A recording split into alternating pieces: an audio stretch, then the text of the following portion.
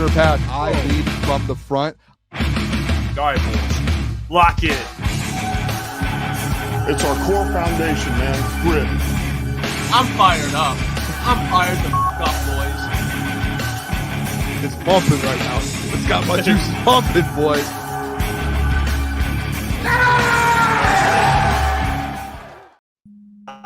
Welcome, everyone, to Crunch Time Sports with Jeff, Booner, Lukas, and Gentry.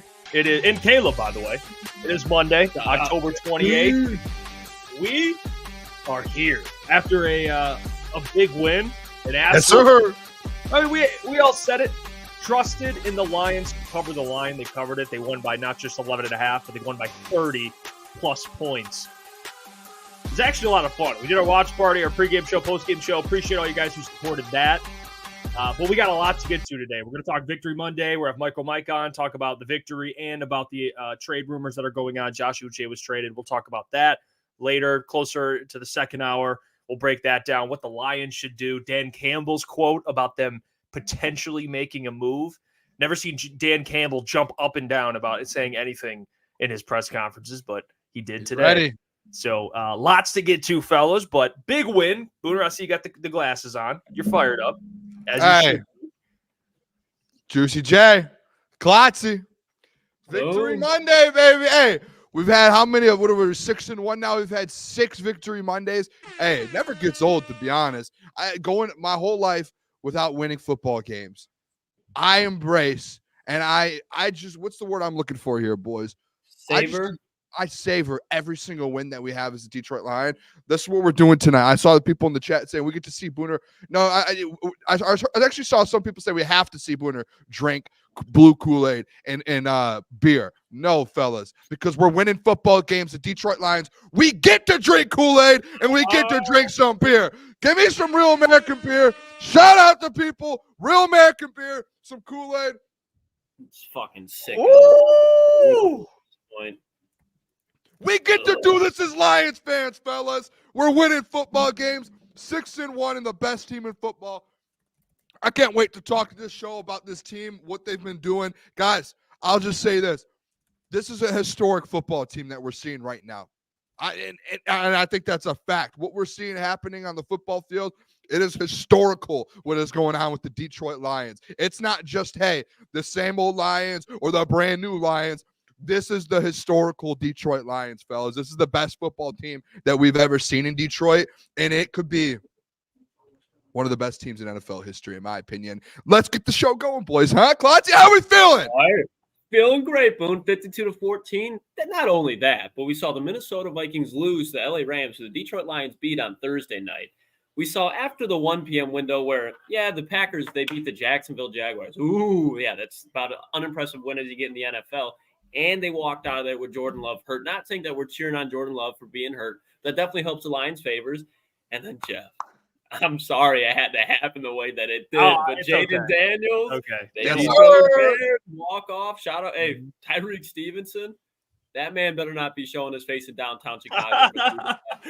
Because if I was a Bears fan and I saw Tyreek Stevenson doing that, not to mention he was the one that literally tipped the ball to Noah Brown, like that was insane play, but couldn't have been happier for it to happen to the Bears of all teams. Of all teams, the Bears. Yeah. So, great weekend of football, fellas. Ohio State W. A little closer than people expected. I don't know how we got to Ohio State. We're talking about the Detroit Bull Lions, baby. You asked me I want to talk about Ohio State on the program today. We're talking about the Detroit Lions, Colson Loveland thought he was a real villain, fake villain. Call him Dylan Brooks. Bro thought he was tough. Dylan Brooks is not a bad man. Come on now. Great weekend of football, though, fellas. Yeah, we'll also, I didn't mention Ohio that, State. Later, probably about 9:30, 9:40, probably 9:40, we'll get to the Michigan State game. We will break that down as well. Can't wait. We got to watch that. It was a great game, by the way. But, yeah, great game, Lions. That's a real game right there. You win by 30-plus. Real football team. You take care of the Tennessee Titans, which that's what good teams do. They beat bad teams. And right now, their point differential in the NFL is sickening. Like, it is sickening. We posted on our Twitter, like, the updated point differential the Lions are winning by. Like, they're putting up, like, you guys have played plenty of Madden, right? I mean, you play Madden, turn it down maybe to, like, rookie or, like, like the low mode. and you go out and you beat teams by like 40. That's what the Lions are doing. Their point differential is 100 right now, which is like not, and that's with a couple close games in there. Buffalo Bills second with 84, Commanders 69, Steelers 60, Denver Broncos 53.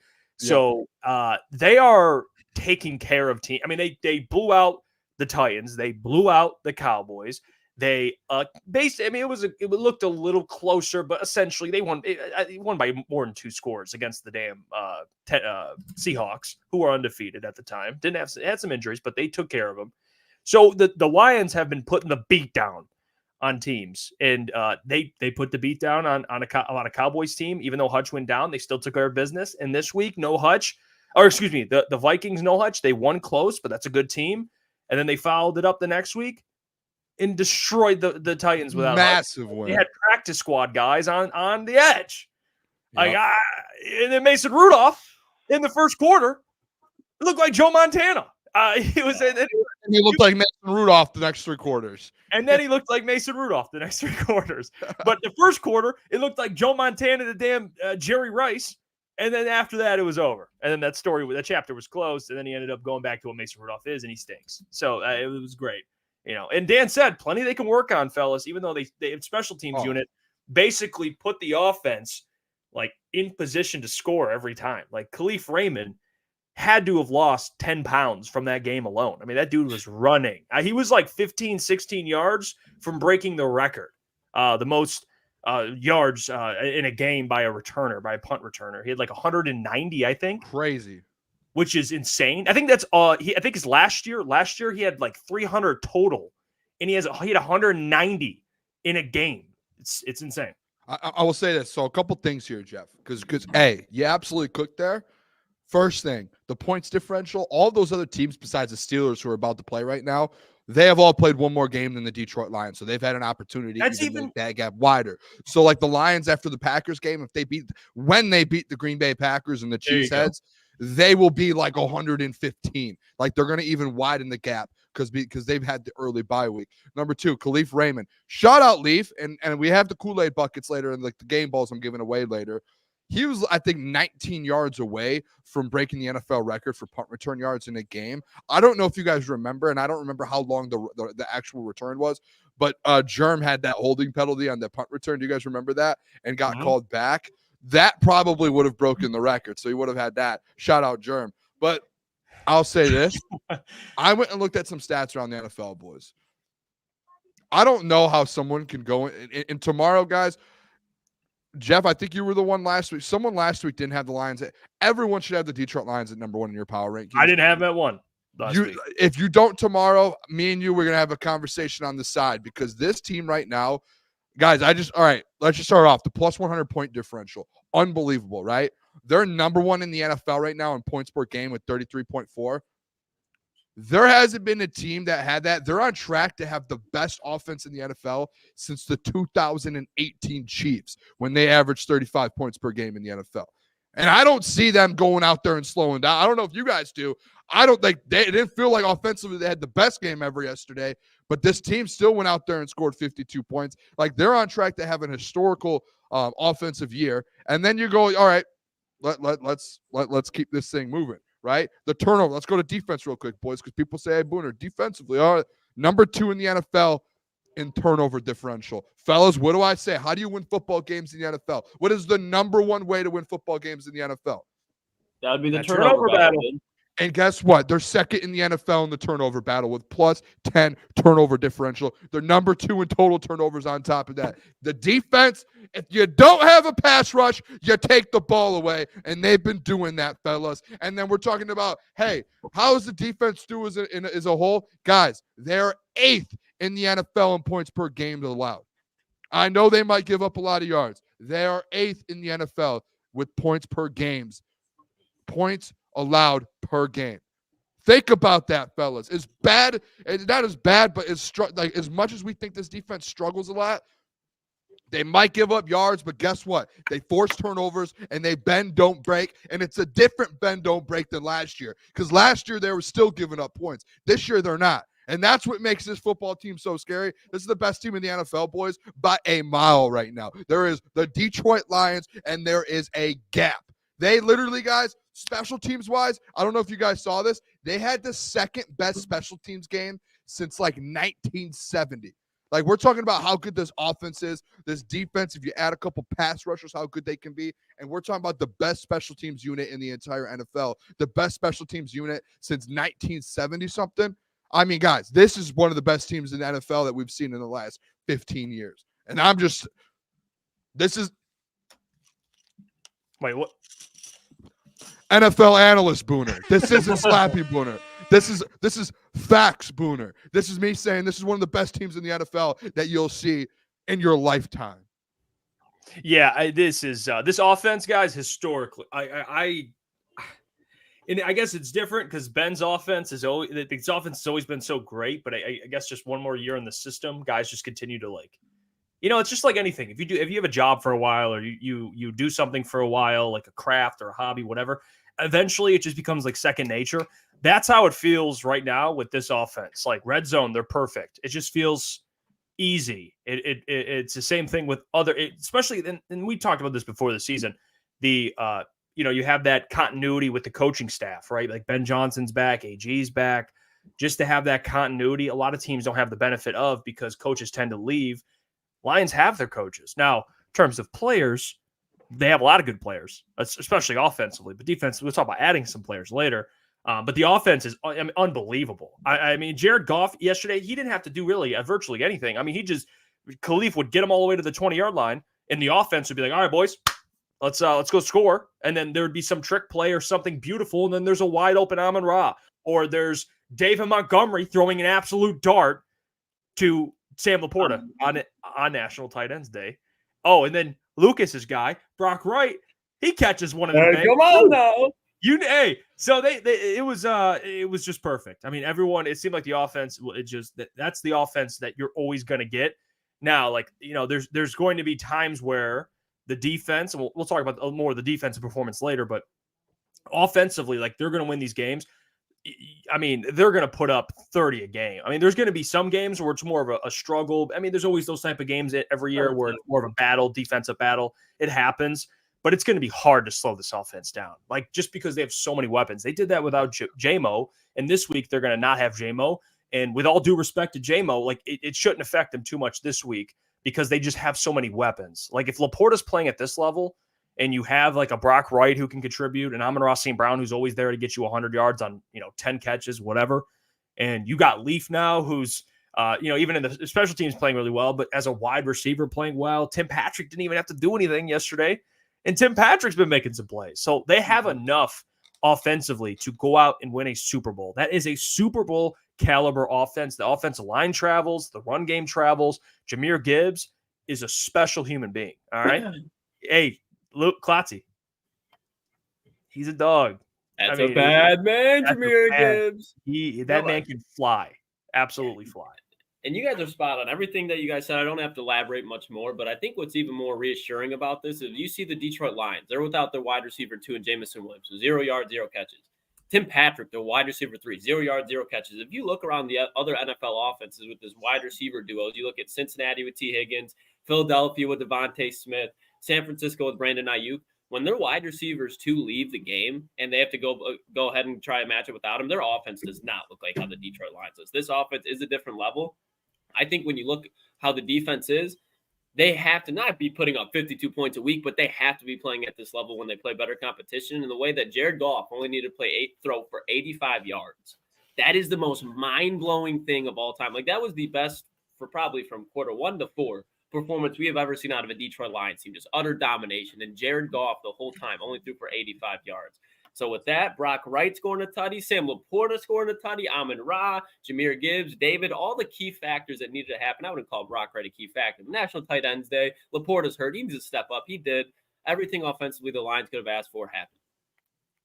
Yeah, by the way, we had the question who would benefit without J-Mo. I said Laporta, and then I was like, he's hurt. He did step up. All right, he was the best pass catcher. Led the team in receiving.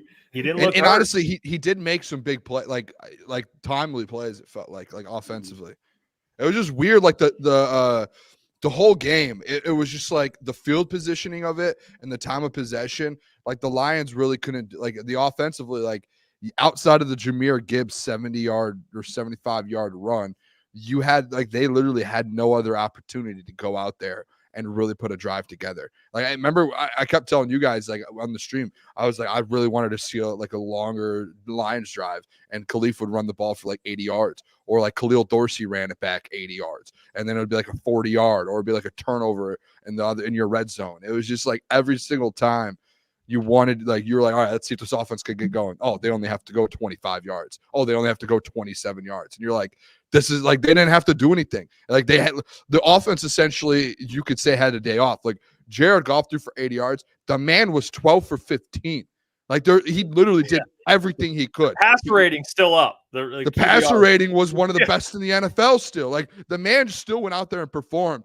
That's why it's crazy. I'm like, I think you have to keep Jared Goff in the MVP conversation and not even keep him right there with Lamar, because Lamar didn't have the best game, but Jared, in the times that he had the rock, he didn't play for a whole quarter, and every single time he had the ball, it was within basically the 30-yard line, driving down the field. Still had 3 tutties and 3 touchdowns. He was perfect still. Yeah. So it's you can't say he played bad. What's the line with Jared? Where did he move? See, when I checked yesterday, it was essentially the same as last week. It was, I think, actually, depending on the sports book you're at, I think Josh Allen is now the favorite. Which Josh Allen's been having. I think it's a 3-man race for MVP. I think that's the case right now. So you have Josh Allen plus 270, Lamar Jackson plus 370, Patrick Mahomes is still plus 500. Jared Goff actually moved up. I checked it yesterday. I think it was plus 700 to plus 800. He's plus 600 now. Oh, okay. He's actually moved up. So they think this game this weekend, Jordan Love, that's going to be the storyline. Goff, Jordan Love, even though Jordan Love's a little banged up, but that's still going to be if he outplays Jordan Love and wins in Lambeau and plays really well, that dude will be a top 3 guy probably. It'll probably be him, Lamar, and Goff, or Allen, Lamar, Goff, if he balls out this weekend. That's going to be the race. We have a donation here, Vision Style. Appreciate the super chat. To be fair, Titans had the 32nd ranked special teams unit. Yeah, I believe it. I believe it after watching. I mean, every time, Boone even brought up the point of Khalil Dorsey almost had a return too, and that's not even knocking Khalil, but it was every time there was a return, it was just setting the lines up past the 50-yard line. That's when people hype up the Dallas Cowboys, and it just makes my head want to explode, especially early on in the season. That is exactly what their games look like. Dak Prescott to get short field position because Devontae Turpin sets them up. The secondary is getting cooked yardage-wise. When they get in the red zone, they hold. But when you look at that game, I mean, it's nice to know that the Detroit Lions are more fortified than the Dallas Cowboys are. But that's just one of those games where it's just dominant. And you know it's for real because they've been doing it for a couple weeks now. And I'll say that, guys, a takeaway here, aside from because there's plenty of positives this again, and I have to reiterate this because when you mention anything negative, people think you're all negative. The offensive line, not their greatest performance. Run blocking, obviously, Jahmyr Gibbs was magnificent. He was just amazing. I mean, there was that 70-yard run where he slowed down and then picked it back up, and no one still touched him. So that was incredible. But pass pro, Arden Key. You might need to Derek Thomas out there. Arden Key, what's his availability? Hey, who is that? Who? It's when you're guys scouts are watching film on a guy, and someone else pops up, and they're like, "No, that's a guy." Who's that guy? Yeah, that was yesterday. Watching Harold Landry, and then you're like, wait, hold on. Arden Key is absolutely putting the work on Taylor Decker. The offensive line, specifically Taylor. Taylor had a pretty rough game against the Vikings. Seems like he's in a little bit of a stretch. Just a little bit of a rough stretch. Yeah. I mean, the whole time I told you before the show, Jeff, the lowest, I can't remember. I think it was the PFF Detroit on Twitter tweeted it out. The highest and lowest graded grades for Detroit Lions players offensively. Basically, there's 5 guys that are the lowest. Taylor Decker is one of them. Graham Glasgow is the next lowest.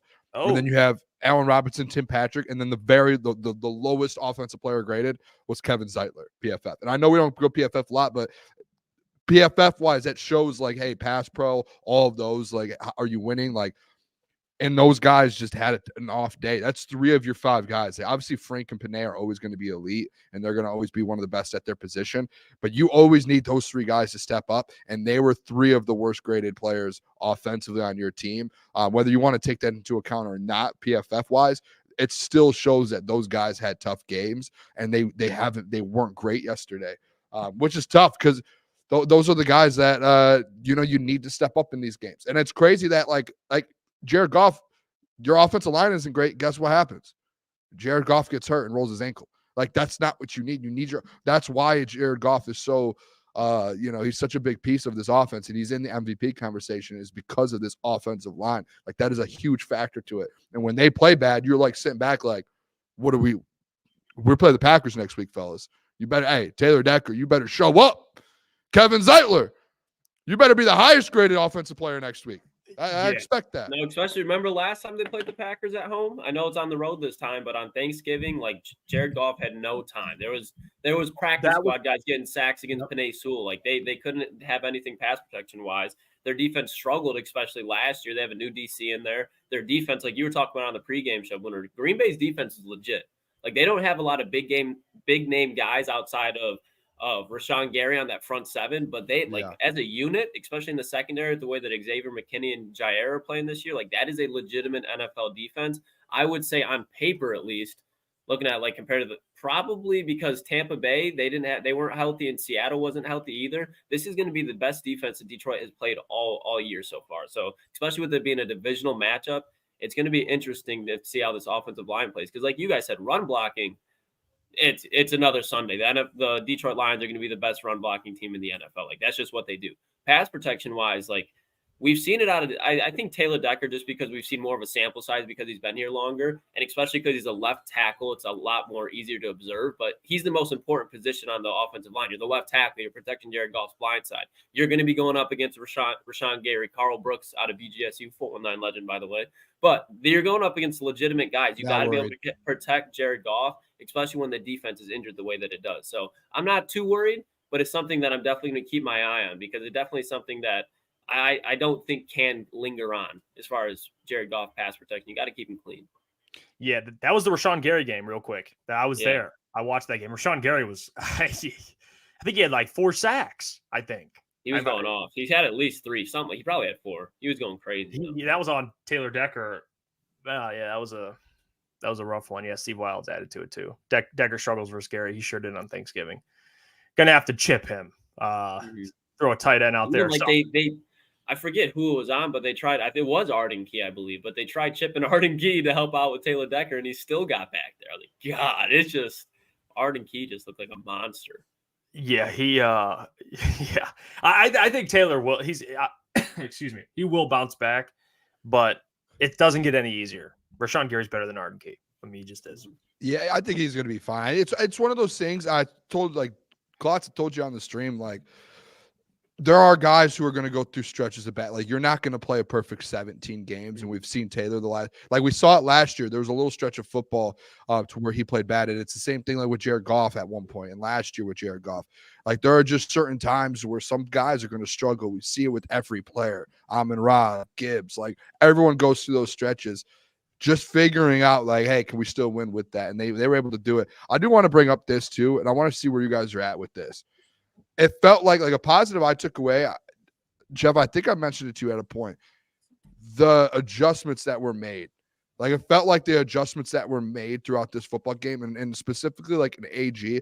The Titans, I know they're not a great offensive team, but they gave you 14 straight, like not straight, but 14 points basically in the first quarter, like the first quarter and the first minute of the second quarter, like instantly. And then your defense was able to make adjustments, and you were able to, they were locked in.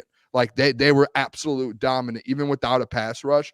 You were getting turnovers, you were getting stops, you were forcing punts. Like, it felt like AG. I don't know where you guys are at with that. It felt like after those first couple possessions, they were able to say, okay, obviously we're not getting the Mason Rudolph. Let's figure out how we can get stops now. And they were able to do it, and they were able to find a way.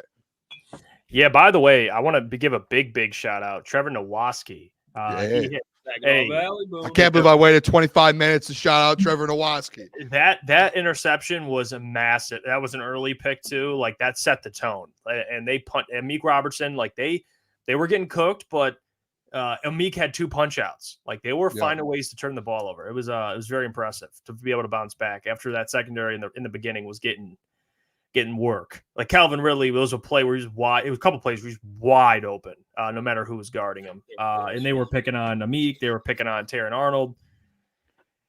And Corey Hall I mean, picked on Terran Arnold pretty bad. So it was rough for the secondary. But again, we'll talk more about the pass rush later. For those who are joining, we're going to discuss the Josh Uche news and the Zadarius Smith news later in the show. So we're going to have MicroMike on, then we'll get into all that. He's waiting patiently. He's got a new background.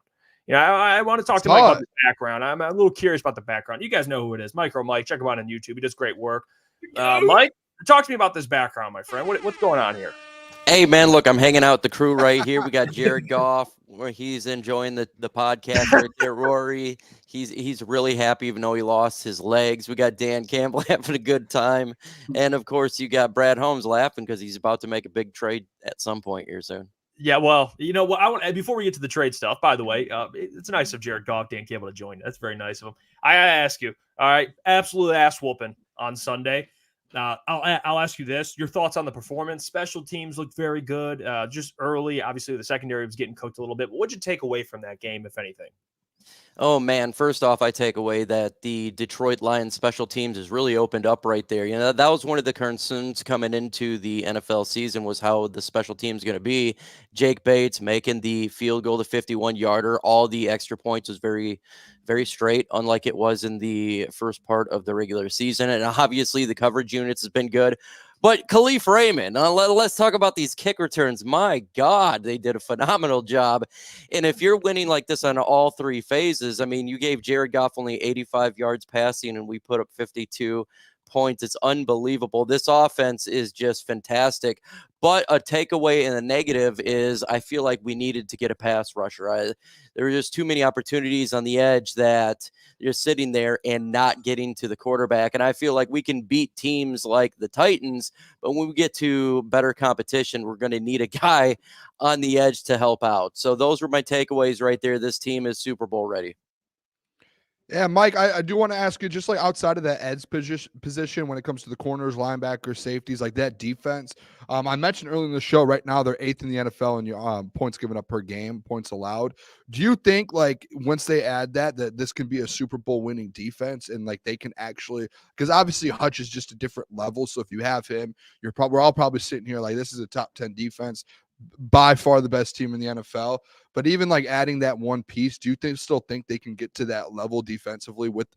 I've been saying it, Mike, like you have an elite linebacking core, an elite safety crew, and the corners are starting to get together, and you have the best interior D line in the NFL. Like, are you kind of on that side of things where it's like, hey, just add those pieces and you're right there again? I think we're right here right now. I think this is a team that could win the Super Bowl right now, but I do believe that if we can get an edge rusher and a pass rusher, it kind of stamps that in there. Right now, I just feel like the Lions are above the rest of the NFC, but I still want to see a pass rusher.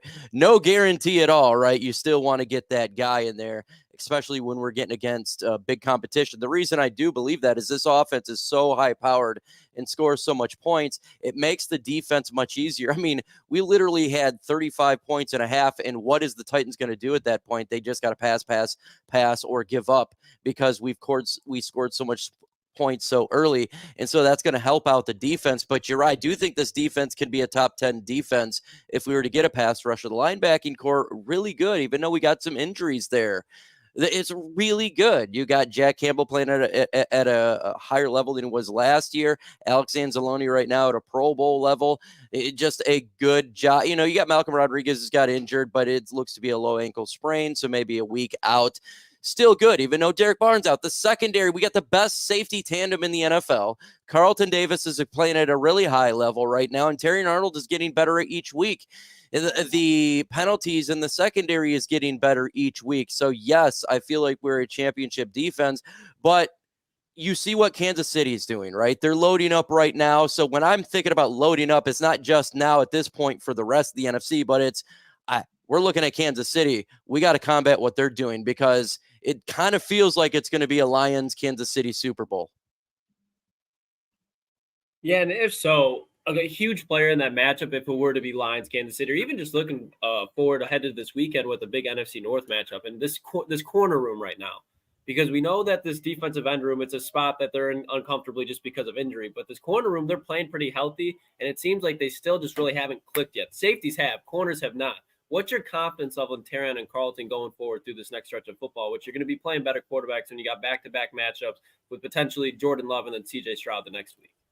I've been saying it's going to take a little bit for continuity, and all we expect is them just to get better each week, and that's what they're doing. That's what we're seeing. They're going to make mistakes. The secondary, there's a lot of new pieces there. Terran Arnold's a rookie, and Rakestraw, when he's slowly getting in there, right, when Hendon Hooker and our backups in there. But it's a group of players that haven't really played with each other that much. So each game, I'm just looking for them to get better. They're already better than last year's secondary, by far. Not even close. So I just want to see these guys get better each week. You know, holding Justin Jefferson to what they did was amazing. Now, obviously, this past game, that was a little bit rough, but they got it taken care of. Each week they'll get better. I'm confident. I'm very confident in the group. Yeah, Mike. I mean, it looked like Mason Rudolph in the first quarter. He was like him and Calvin Ridley. I mean, it's like freaking Joe Montana to Jerry Rice. But as the game moved on there, got a little better. And they didn't score really at all. What do you make of Isaiah Thomas, Al Muhammad, 2 practice squad guys kind of getting their number called? They were out there playing a ton of snaps. What'd you make of just the pass rush in general from that game? And I didn't get a chance to talk to you about the Vikings game. What'd you think of the pass rush the last 2 games now without Hutch? Now that you get a 2-game sample size. We'll go back to the first part where you're talking about the first couple series of the game. I used to be in the health field. I believe in anesthesia, and we're going to go ahead and do anesthesia for those first couple of drives there. We're pretty bad in the secondary. We're going to talk about that. Go ahead and leave that in the past. But, look, I think that the Lions here, they have got everything set. They're ready to roll for this. They just got to get better and better each week. Defensively, you got to come up with better schemes besides allowing a wide receiver getting wide open in the field, doing up 144 yards or 145, whatever it was right there. They'll get better, they'll grow, and we'll continue. But again, we got to look at this trade deadline. I think that's the number one key to this whole thing is the NFL trade deadline and what the line's going to do. All right, Mike, I'll just transition to that real quick because that's the elephant in the room with Detroit Lions fans is the trade deadline. You're sitting there with Brad Holmes right now. He looks like he just got done playing the piano for you. Who do you want Brad Holmes to go get? We're seeing Zadarius Smith. Obviously, I mean, a couple months ago I had thrown out Trey Hendrickson, and the Bengals keep losing. Where does your mind go, and who have you been talking about the most to get here to Detroit to help make an impact? And too, Mike, I would love to know. I know edge is a big piece. Last year, he even got a wide receiver. Is there like a surprise position or player that you think as well that Brad will make multiple moves and go get a different piece for this team? The only thing I can think of, if they're going to do multiple moves, would be 2 edges. There's really not much out there else. I mean, this team is solid top to bottom, special teams all the way down, except for the edge position. Even backups on linebackers are good. The secondary, we go through the offense, so it's more of the edge there. Who would I want? You said, of course, I'd want Crosby or I'd want Myles Garrett. That's not going to happen. So, look, I would love Trey Hendrickson. That'd be my number 3 option right there. He'd make a big fit right here. And he understands the coaching staff, has been with the players. That would cost a bit. What I think they're going to do is Zadarius Smith. That makes the most sense to me. He played for Green Bay. He played for the Vikings. Who do we got to face here in about a week? It makes sense to bring a player who's 32 years old. And by the way, is putting up a lot of pressures this year to place on this team. And I think he'd be ready to go versus the Packers this Sunday. So I think that makes the most logical sense to me. If they wanted to go multiple players, you could do maybe a conditional for like a Jadeveon Clowney from the Carolina Panthers, like a conditional 7th round pick or something like that. But that's kind of the route I think they go. Mike, it's not really a question because you voiced your confidence level, but I just kind of want to pick your brain a little bit because you said you're very confident that this defense, they can win a Super Bowl with it. If they had Aiden Hutchinson and they were to suffer injury somewhere else, I would agree with you. And even if they added Zadarius Smith, I definitely am still not as confident. But you don't get a little bit concerned, especially like in the playoffs with you see how Mason Rudolph's looking. I mean, when you look at the recent stretch of quarterbacks, Dak Prescott, but look at that offense, Sam Darnold, then you have Mason Rudolph, like we just said, Geno Smith, Kyler Murray, solid quarterback, but they didn't win that game. He didn't look too bad. You're not worried about in the playoffs and even in the Super Bowl if they were to play Lamar Jackson, Patrick Mahomes, Josh Allen, how this defense would hold up. Like you still think that they can win a Super Bowl. Well, first off, we would have to, in the playoffs, we wouldn't be facing Patrick Mahomes, Lamar Jackson, any of those. That would be the Super Bowl there.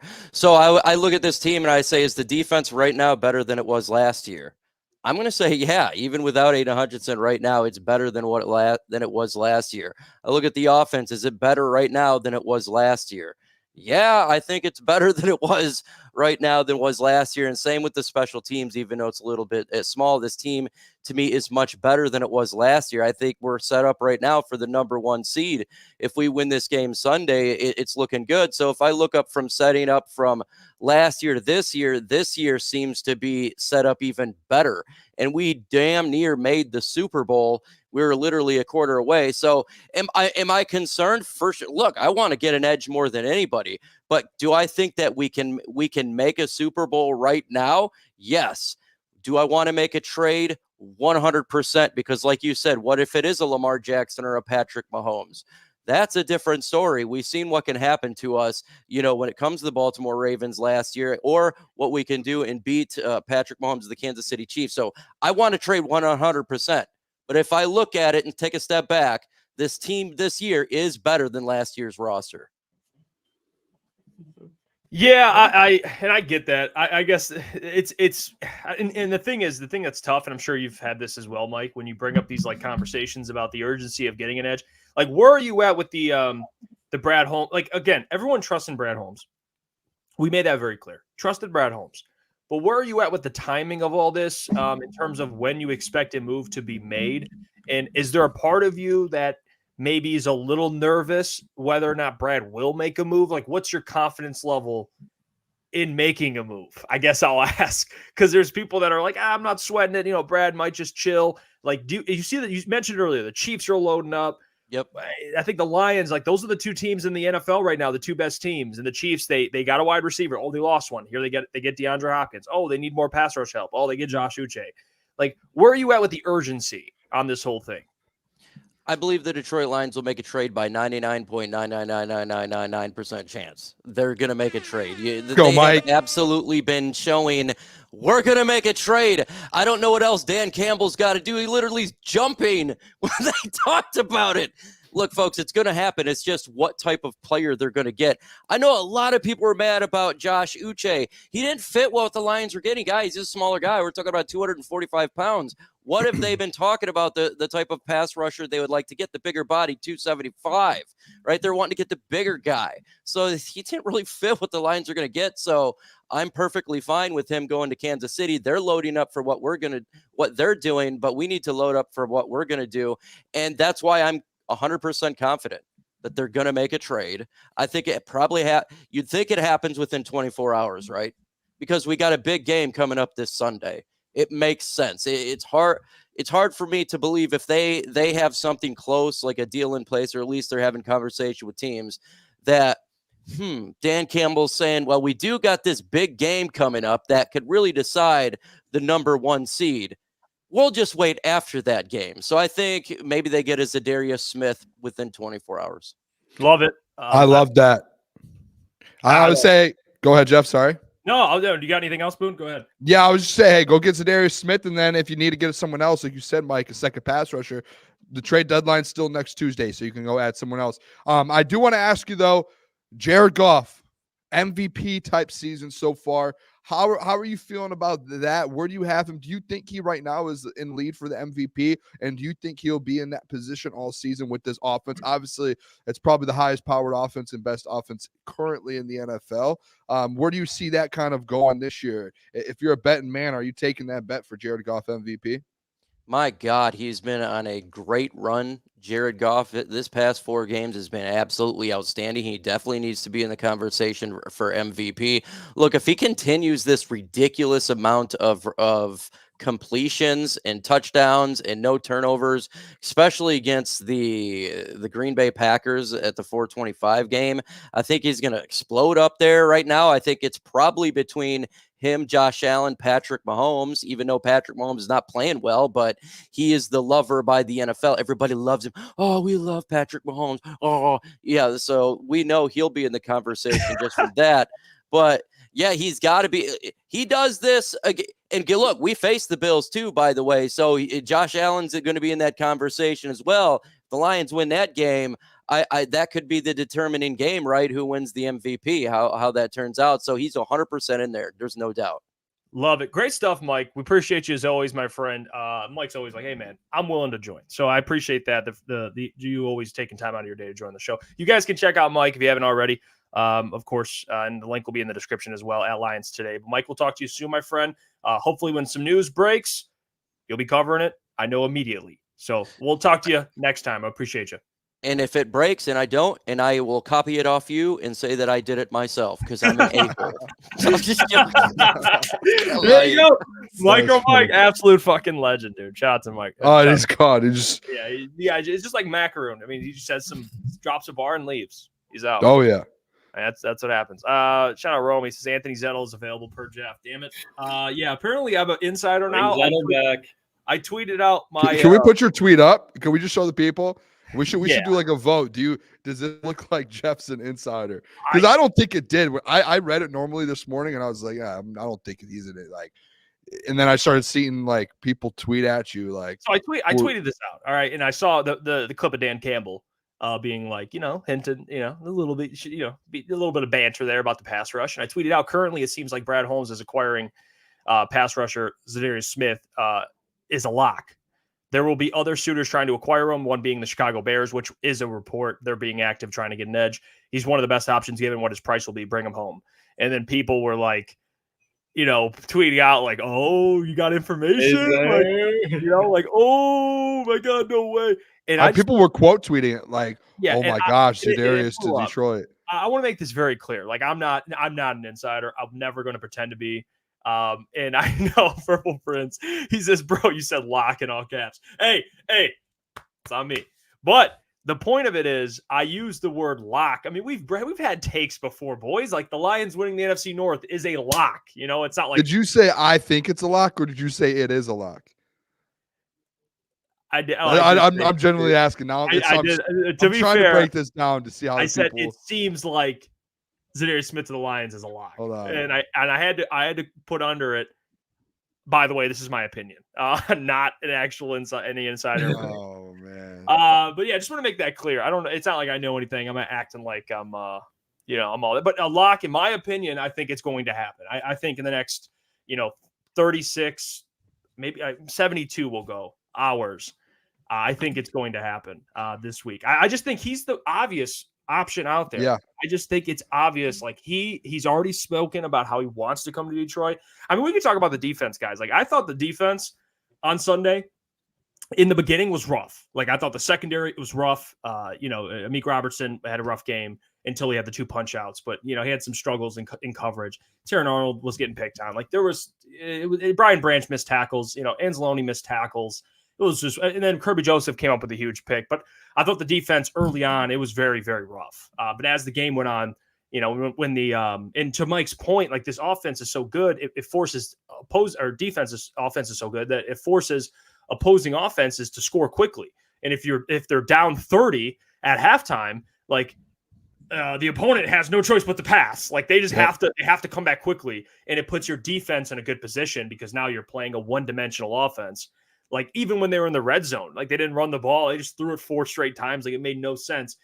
That's the benefit. Like you have such a great offense that this defense, you see the pressure these other teams are getting. Like when last year's Jets, for example, like they couldn't score points and the Jets are holding these teams to like 16 points, 17 points and losing. Like it's the opposite with the Lions. Like they're scoring so many points. It's helping their defense. The only thing I am concerned about, fellas, like this is my thing. And I wonder where you guys are at with it. There will be games hopefully just a game or no games, but I think some games where the offense, they're not going to like struggle and be just this awful unit, but they're not going to be a 50-point scoring offense or 35 or 40 points. They're going to score 23 and expect to win. You know what I mean? And that my worry is if you're playing a good team, like this defense, they won't be able to hold them, and the points per game thing has been working. I just think with the lack of pass rush, it's currently constructed. No move. There's no move I predict is coming. I just think it will happen. I don't know for sure, but as currently constructed with Isaiah Thomas Josh Pascal, James Houston, Al Muhammad. I don't think it'll be enough against some of these better offenses with better quarterbacks. That's my one worry is the offense. You really do need to be essentially perfect or just, humming at a high level every single game.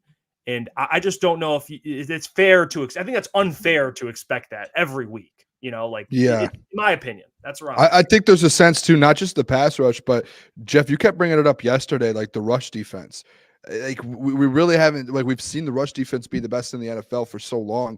And when Hutch goes down and now you don't have Josh Pascal, like last week, what did Aaron Jones run for? I can't remember the exact yardage, but like 94, crazy.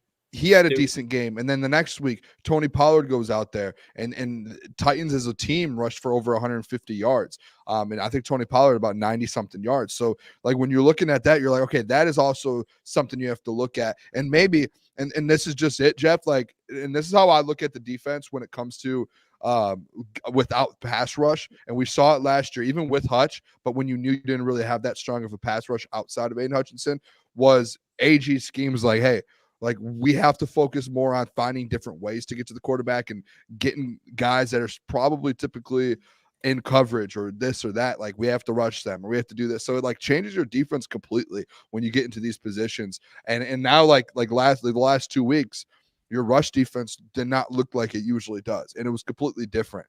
And maybe that's because they're more focused on getting like pass rush and they're focused on getting guys back in coverage, and they still got kind of burnt the first quarter.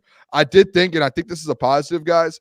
I know like it was Mason Rudolph, but after the first quarter, again, like I said earlier, they were able to adjust and find ways to get stops. And I think that was a big part of it. And obviously you have 35 points at halftime, so their offense changes a little bit. But defensively, like you were still able to go out there and force 3 and outs, 4 or 5 play drives and make them punt. And I think that's a big thing with the defense to get momentum going into Green Bay. Now, there are things to work on. Like we're going to get into it in a little bit, but like this edge situation, like that has to get figured out and fixed.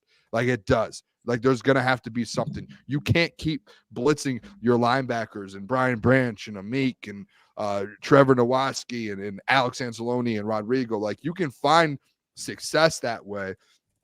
But when you do get versus like the Josh Allens and in week 15, 16, when we play them, even like Brock Purdy and that offense, like, all right, we're going to have to find ways to get stops different ways if you don't have that edge rusher.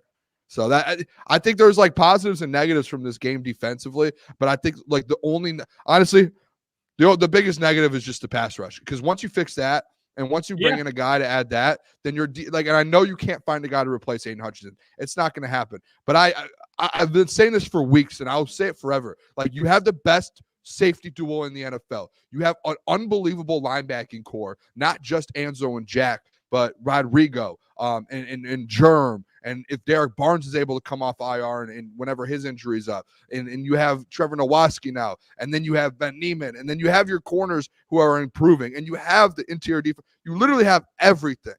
You have everything. It's just find a way just to get that defensive edge group up a little bit.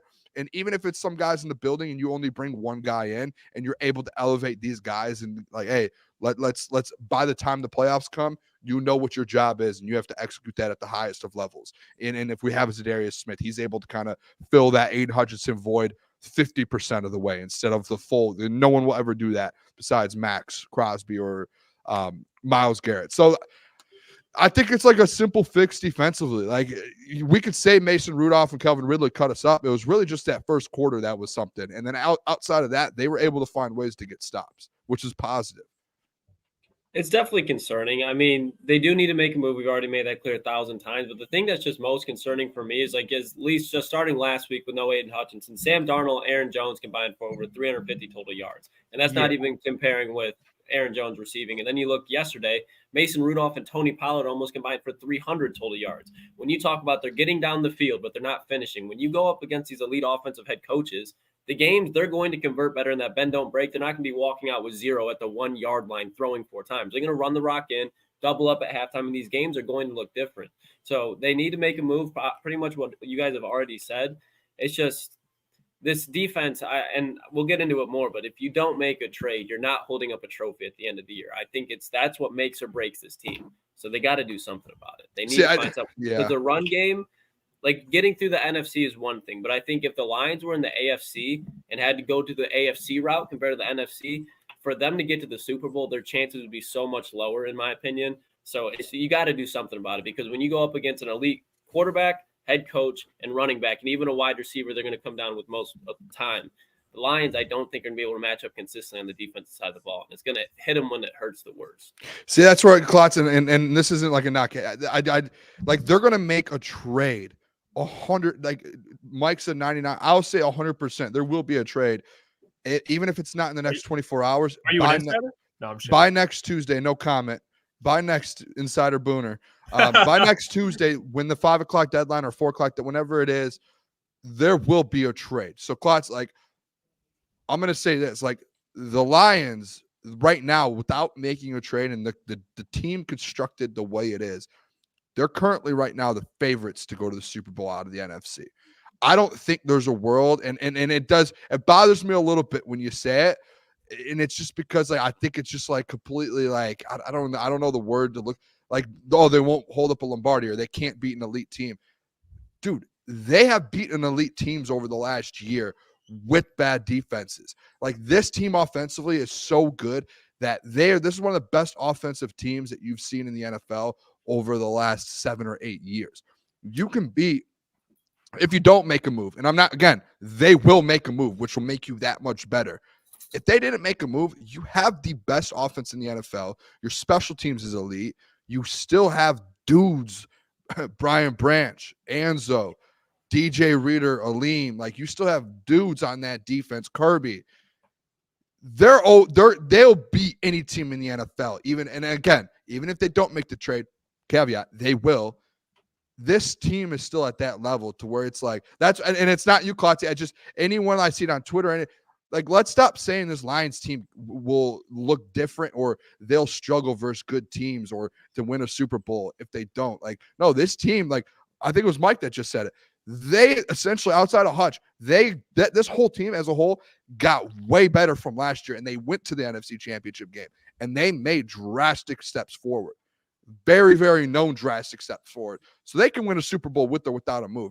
To give yourself the best opportunity to be like, hey, right now we're the favorites in the NFC, like plus 200 by a mile versus the 49ers. As soon as you make a trade and you add someone else, you're moving to plus 100. And guess what's going to happen when you make a trade? You're going to pass up the Baltimore Ravens in Super Bowl odds, and you're going to be the second favorites behind the Kansas City Chiefs instead of the third favorites. So that's just, I know it's nitpicking, but it's like, I just hate that. And I've seen it on Twitter sometimes. It's like, let's stop acting like this team, like without Hutch or without making a move. They're like, guys, this is the number one team in football, and they haven't made a move yet. I don't care who you're playing. If you're beating someone 50-14, you have a plus 100 point differential. You have scored 100. What is it, Jeff? It's like 120 something points over 4 weeks. There's like 14 teams in the NFL who have scored that all season long. You are the best team in the NFL by a mile without making a trade. If you make a trade, you are a clear favorite to win the Super Bowl. I agree with you that they'll still be a Super Bowl favorite, but what I'm saying is when it comes down to the game, there's going to be weaknesses in that defense that they're going to be able to exploit on the other side of the football. In my opinion, now this is my opinion, I don't see a world where the Detroit Lions defense is better this year after Aiden Hutchinson is hurt. Now, you can disagree, but I understand that maybe the production, but getting after the quarterback, stopping the run, that's all built around Aiden Hutchinson. Not having that, in my opinion, you can't tell me that this defense is better in a better spot than last year. Offensively, they are. But even look like when Jared Goff was back in LA with the number one offense and they did not have a good defense. They played, I understand it was Tom Brady, but we talked about potentially playing Patrick Mahomes in the Super Bowl. What happened? They didn't win the game. And I'm not saying, it's Jared Goff, but if you look, whenever these top offenses face the top defense, majority of the time outside of the Philadelphia Eagles versus Tom Brady, they're not winning the Super Bowl. And I think even getting through the NFC playoffs, they can do it, but it's definitely going to be hard. Am I completely writing off the Lions' chances of winning a Super Bowl? No. But if you're asking me, am I confident that even if they add Zadarius Smith, I think they have a chance still. But without having Aiden Hutchinson and not making a big move, which I don't think they will, it's really hard for me envisioning them knocking off an elite team who's been there before in that type of situation. I understand the Lions have been there, but now they're without Aiden Hutchinson, who was the guy controlling it all on the defensive side last year. You got to think like this. They've been like every other position on that defense outside, like you take away Hutch, I get it, like, but every other position in that position group on the defense has improved from last year. Jack Campbell got a year better. You know, obviously Derek Barnes is going to be back at some point. You got Carlton Davis over Cam Sutton, better upgrade. You have Terrion Arnold over Kendall Vildor, upgrade. You have now Kirby and Brian Branch moving back, so he's on the field almost every snap, upgrade. Amik Robertson in the slot, upgrade. Like, you have DJ Reader now on the inside. That's an upgrade. Like, I get Hutch out, but like they have went out and upgraded every single position defensively. And the last couple of weeks, like, you could say who they played, but like outside of the first quarter yesterday, their defense was good for 3 quarters. Versus the Vikings, their defense stood its own at time. Like I showed you guys the stat last week after the Vikings game. Like, they were getting stops. Like, there was the fumble return for a touchdown. There was a couple mistakes here and there, but like majority of the possessions, they were getting 3 and outs and forcing punts and getting stops. And so, like, I just don't think it's like, again, 100% make a trade, Brad. But I think people are looking at this defense. It's like it's the worst in the NFL. Like, no, guys. This team right now is 8th in the NFL in yard or points per game allowed. You add Zadarius Smith, you're a really good defense. Like, you have so many pieces, more pieces than just Aiden Hutchinson. And I'm the biggest Hutch fan. I said the man was going to win Defensive Player of the Year this year.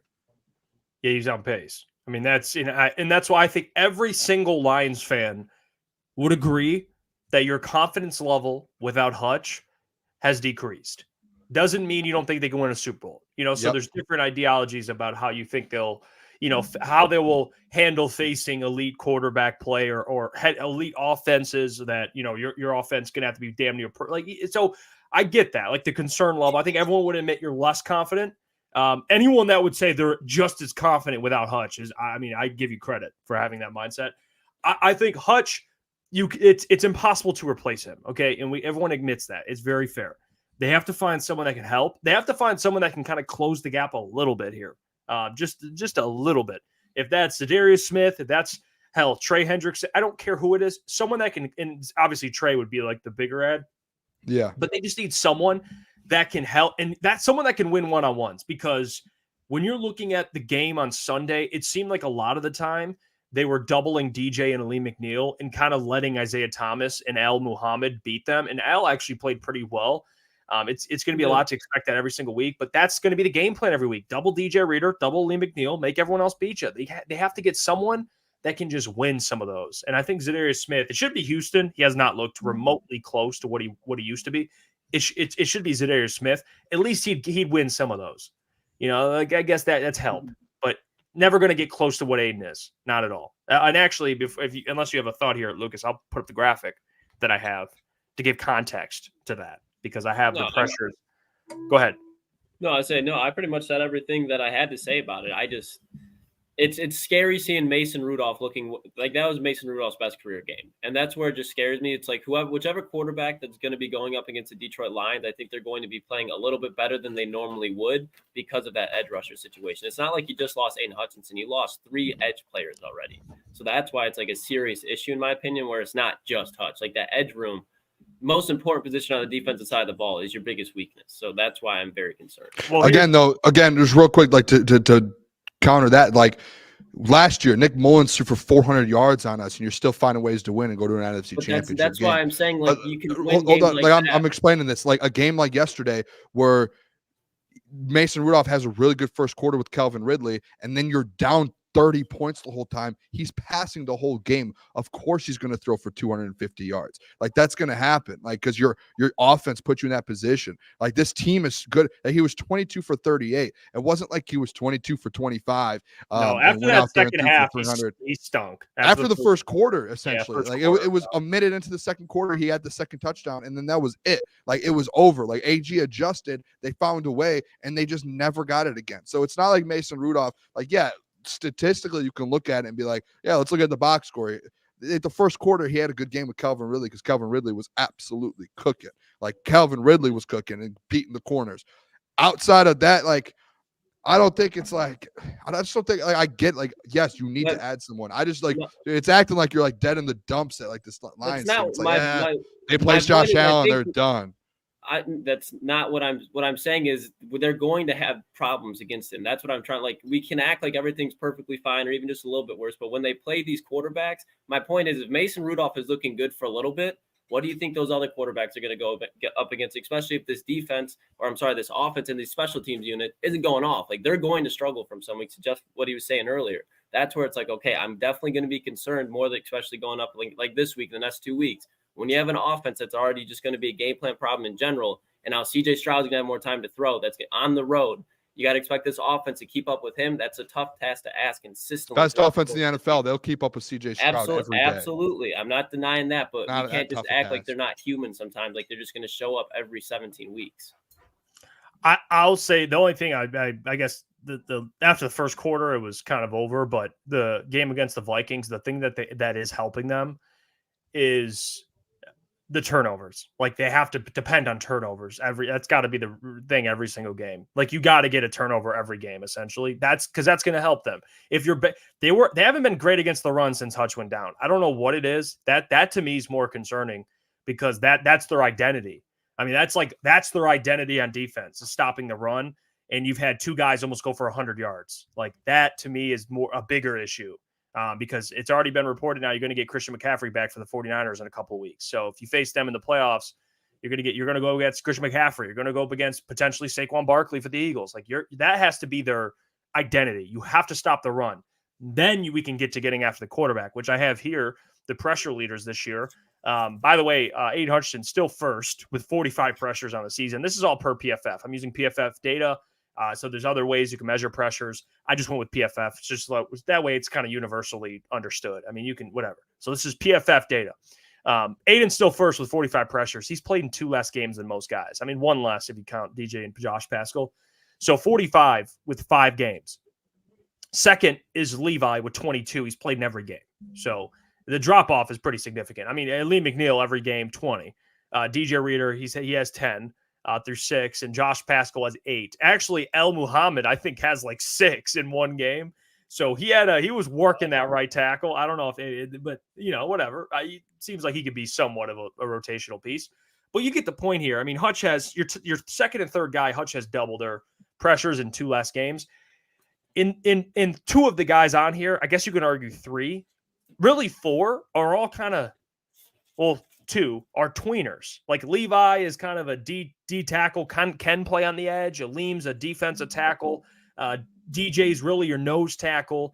And then Josh is kind of a tweener as well. He can play on the edge.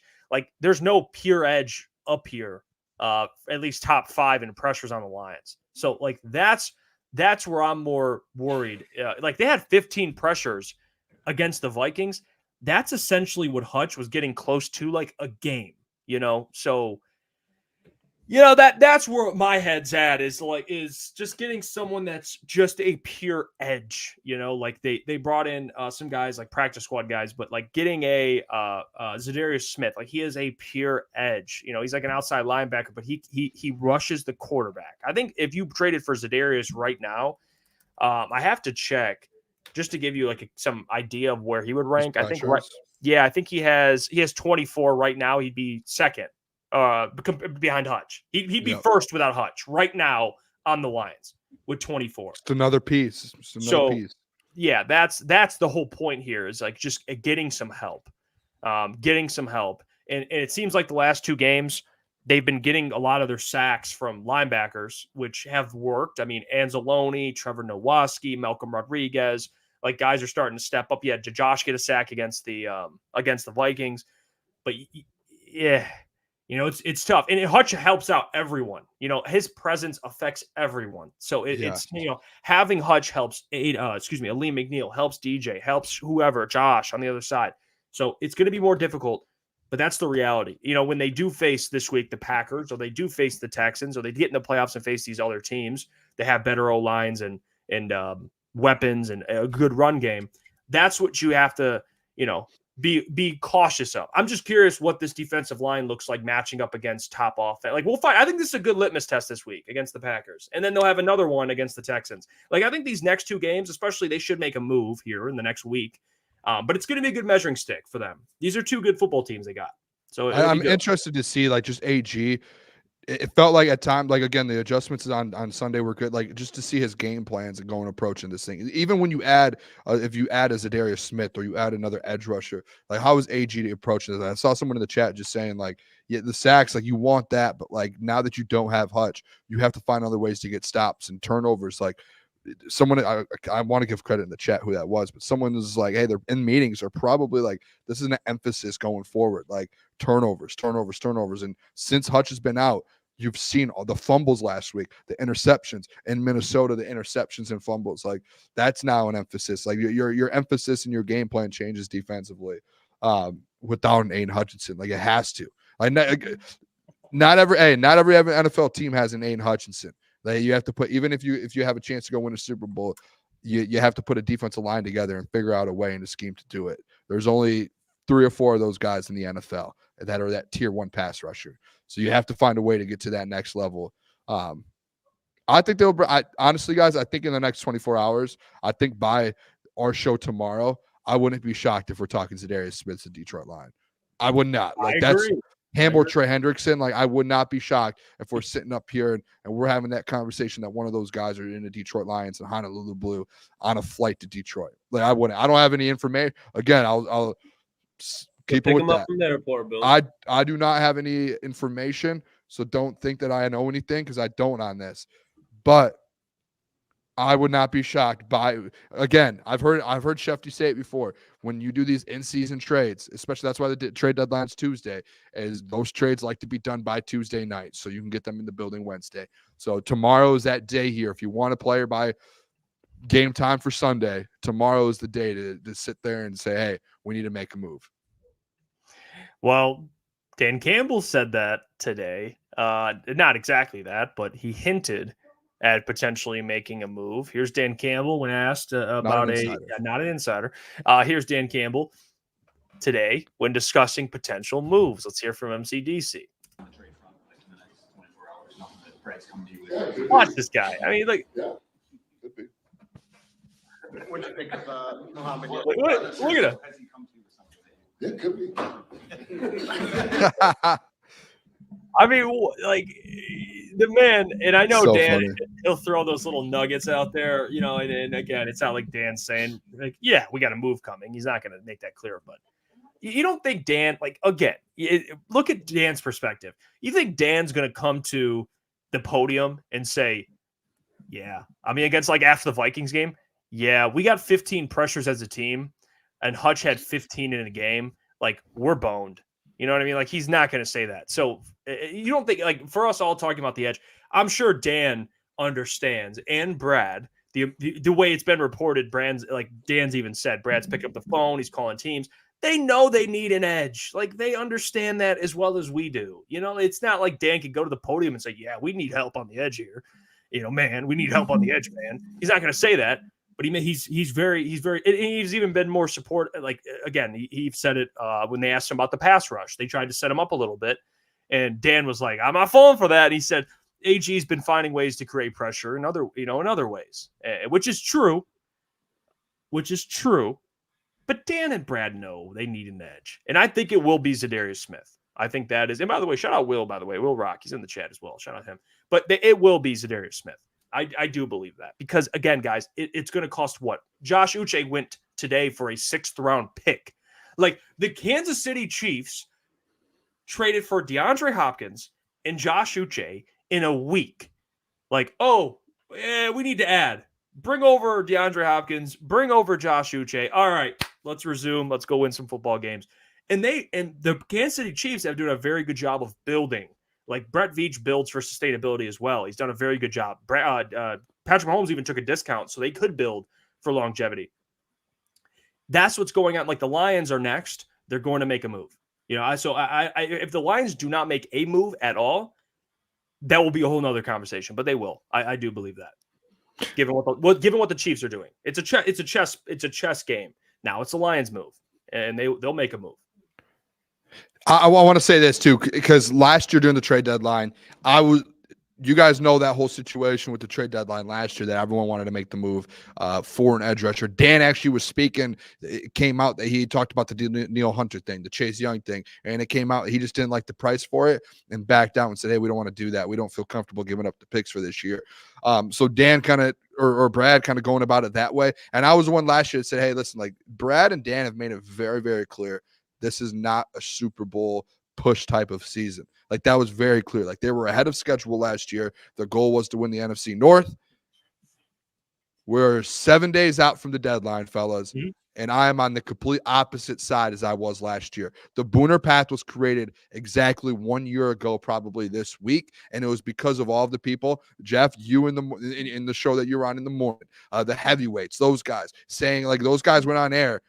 And shout out to Easy and Spenny. They went on air the next day after the trade deadline and said the Detroit Lions are not going to win a Super Bowl. There was comments that were made that they might not even end up winning the NFC North because they didn't make a move. And I thought that was that's kind of ridiculous. This year, listen, you have to make a move. It has been so well known. Sorry for yelling. Apologies. That's on me. But it has been so well known that every player in that building, every coach, every front office employee, every executive, everyone there has had conversations this offseason about Super Bowl. There was a point where Dan had to talk to the team and say, hey, that's week by week, fellas. We got to take a step back on the Super Bowl. So there is no reason in this world for Brad Holmes not to go make a move. He has said, he has been very consistent when he says stuff. Over the last year, he said, when it's time to make a Super Bowl jump, we will make those moves. We are there now. And you have the Green Bay Packers on deck to go. I would love to see the odds move if you beat the Green Bay Packers from whatever it is, minus 140 to minus 300 once you beat the Green Bay Packers at Lambeau Field. You have an opportunity to go get a Zadarius Smith or go get a pass rusher to be able to solidify that on Sunday. I don't see a world where Brad does not make this move tomorrow. I really don't, guys. And if he doesn't, you better hope you go in there and win on Sunday, and that move better be made next Tuesday before the trade deadline. And like 100%. Because last year I was the one that was forgiving on it and said, hey, still NFC Championship. This is the path to the NFC Championship. I laid it out for everyone without an edge rusher to go across from Hutch. This year, without Hutch, I will not lay a path out like that. I will lay a path out for the people. The Booner path is always to go win a Super Bowl this year. So we will find a path. It makes it that much harder, though. I'm with Klotz on that side, but I think they can still do it, and I think they will still do it. But, hey, you have to find yourself a different path, and you have to do it a way different way than what you would do if you went and got someone tomorrow. Mm-hmm. Yeah, and I see this this comment here from by the way, I got to acknowledge some of these donations. We were a little behind. Sorry about that. Jordan, appreciate you for the $10. Says, big win, fellas. Need to get someone today or tomorrow. I think someone from the Titans didn't get on that plane. I hope so, Jordan. We appreciate your support. Mike Reed says, yeah, he just became a member for 6 months. Appreciate you, Mike Reed. He says, crunch time. Mike Reed, man.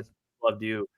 Vision Stealth, appreciate the $10. Says, then why was the reason we lost in San Fran? Because of our defense. I mean, again, that was a reason, yes, but it was very, very, very, very well known that last year was not a year for a Super Bowl push. Like that's what you have to understand. Like when you're building a team and you're in I don't know, they probably have a process of 2 or 3 year. Hey, this is where we want to be year 2, year 3, year 4.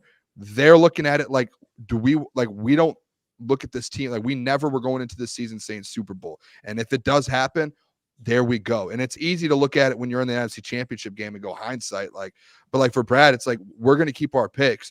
We're going to go get the Terrion Arnolds. We're going to add Ennis Rakestraw. We're going to add different players, and we're going to try and build this thing long term. So now I think as soon as that you went to the NFC Championship game, that opened it up and said, okay, we're here now. Like as soon as you go to that game, all right, now the window's here. Like it's time, fellas. And I don't think there's any holding. Like that's why in free agency you go get Kevin Zeitler and you go get players. Like that's why you go get a Terrion to fix a position in the corner. And that's why at the trade deadline you make a trade to improve your defense. Yeah, I mean, Will, he says, Jeff, let me ask you this. Lions have been still getting pressure at the top 5 in the league still. How bad are we comparatively speaking? Is this, and I would ask you, Will, just for context, is this post Aiden going down that they're top 5 in the league?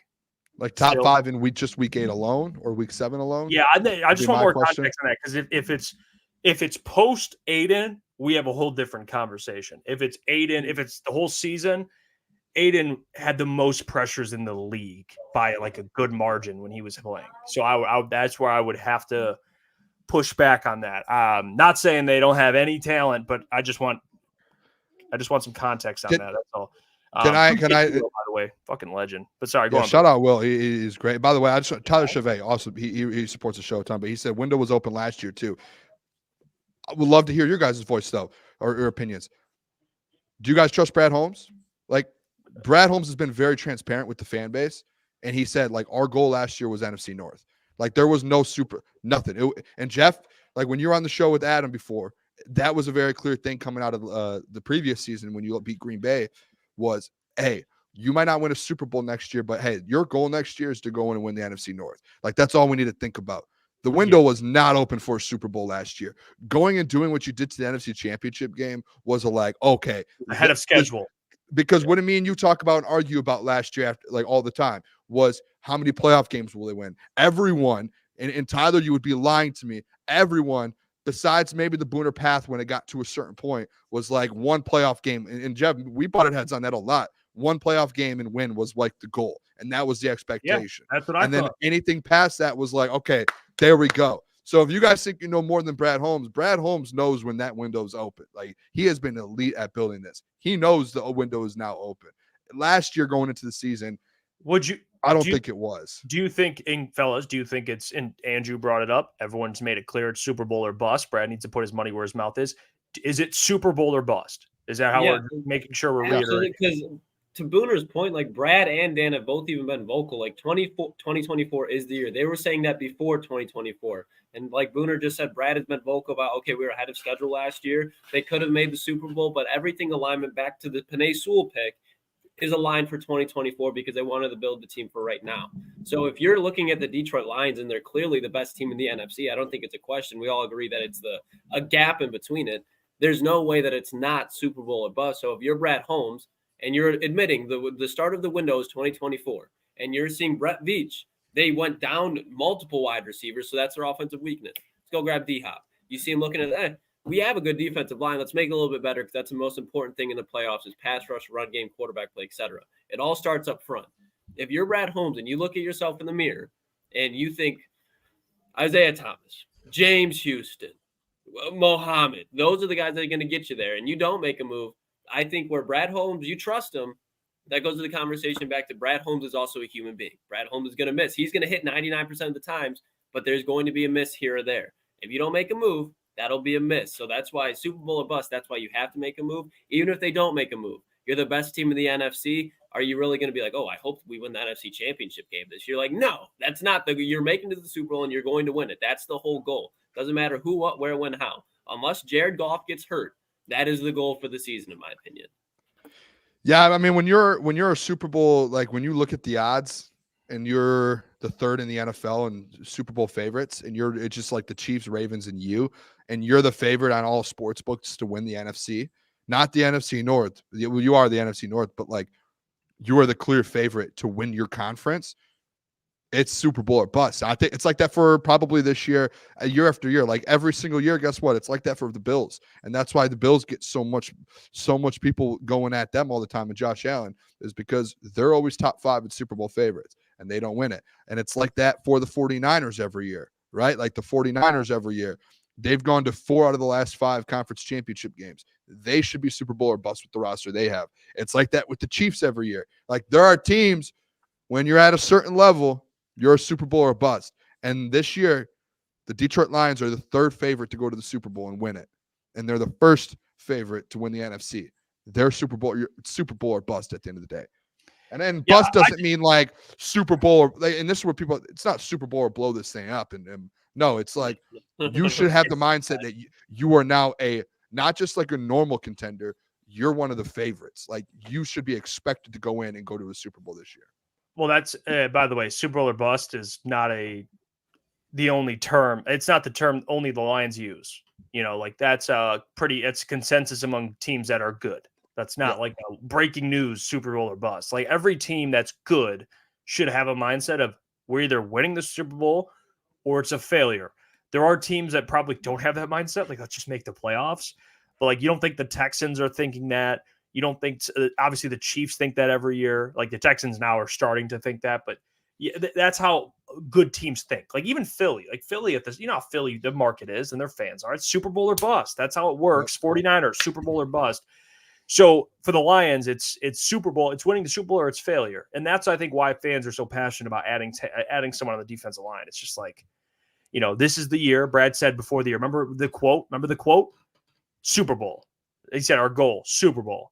So that's why there will be a move made based on what Brad's comments, based on what the team, just everything. I don't, as much as I want to, and I do want to give credit to AG. It's impressive at finding different ways to pressure the quarterback. They had to send 6 to get pressure. They had to send Anzo and Jack Campbell. You're going to face some teams where you're going to need Jack and Anzo to drop into coverage. You got to trust the 4 guys to get home, at least create some pressure. You can't send 6 every single time.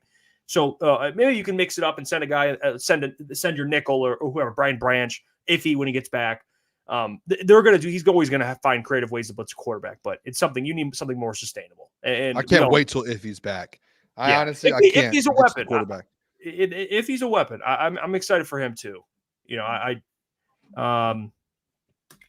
Let's see this comment. I just saw it here. No. Don't try and flip the script when you say Super Bowl or bust. You're implying we should make all the crazy trades you want. Let's keep it 100. No, I don't. I think it just means you're expected to win this. Your only goal this season is just the Super Bowl. Obviously, last year, the only goal was 1, the NFC North, and 2, to get your first playoff win since the 90s. This year, now your only goal, the only thing that matters moving forward, is winning a Super Bowl. I thought this was consensus. Me too. If you don't win the Super Bowl, it's and guys, you guys can correct me if I'm. This isn't a bad thing. When you say Super Bowl or bust, it's a good thing, and it's going to be Super Bowl or bust for the next 4 or 5 years. And even if you win a Super Bowl, and guess what? The next year, Super Bowl or bust, that meaning. All it means is your only goal this year is the Super Bowl. And if you don't win the Super Bowl, the season's a disappointment. And that should be a good thing, that your team is that good, that you're considered a Super Bowl or bust type team. Those are only the Chiefs, the 49ers, us, the Ravens. It is a very, very, teams wish they were in Super Bowl or bust eras. We are in one. You are all in to go win a Super Bowl. And if you don't win the Super Bowl, you're all right, how do we get it next year? Because that year did not, who cares if you won the NFC North at that point?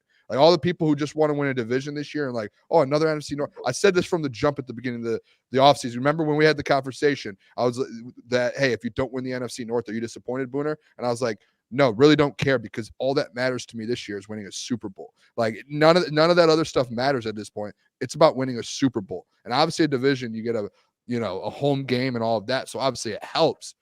The Super Bowl is the only thing that matters. That is it. A Lombardi trophy. That's all. That's it. That's all. And I get this point too. I get your point, sir. I do. Okay, I'm 100% wrong. You do have it right. We're good.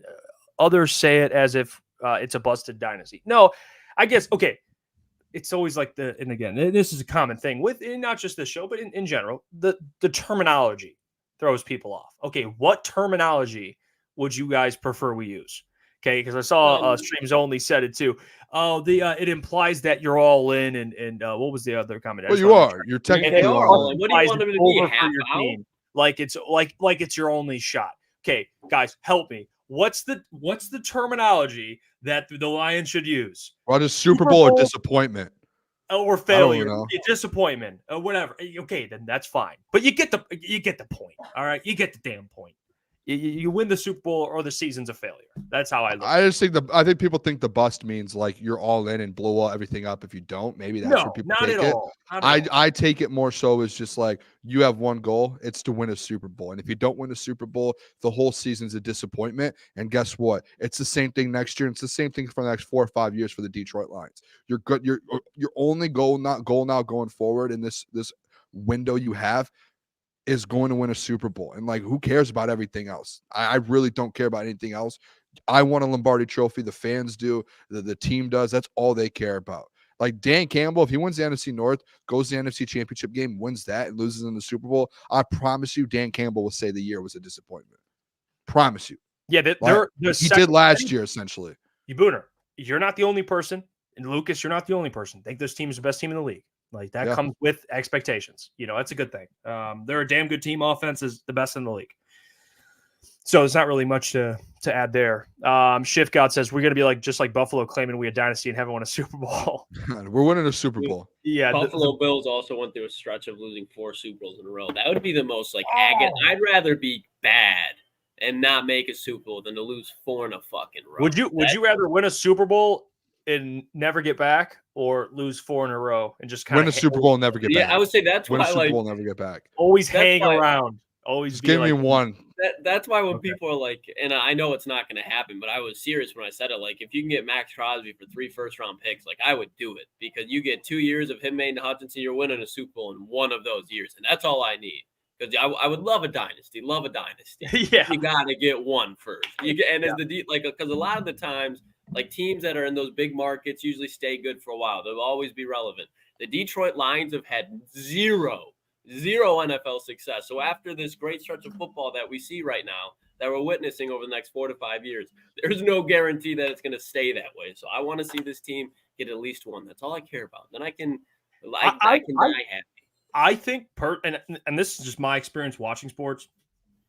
I think the NFL is the hardest to have a dynasty. And that's why I have even more respect for Tom Brady and Bill Belichick, because it's so hard, because football, that's why the term worst to first is a thing. The league is always, it's like a revolving door.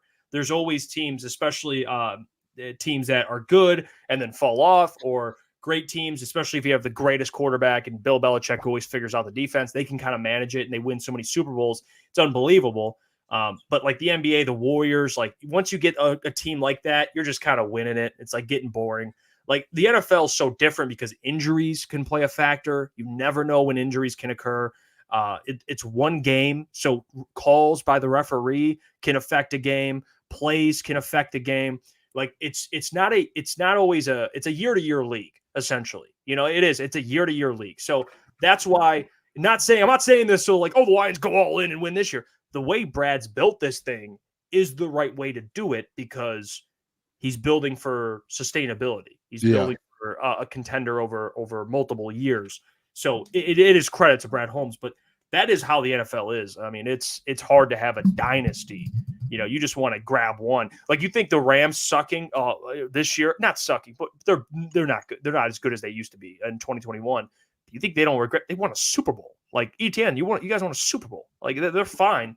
That's what matters. You just got to get one of them things, and then we'll talk about the next one. Just go get a Super Bowl, Lions, and then we'll break down the next year. Just get one of them things. And, get the parade down Woodward. Get Booner on the parade, on one of the floats, drinking Kool-Aid. He's with Trevor Nowatzki. With Dan Campbell.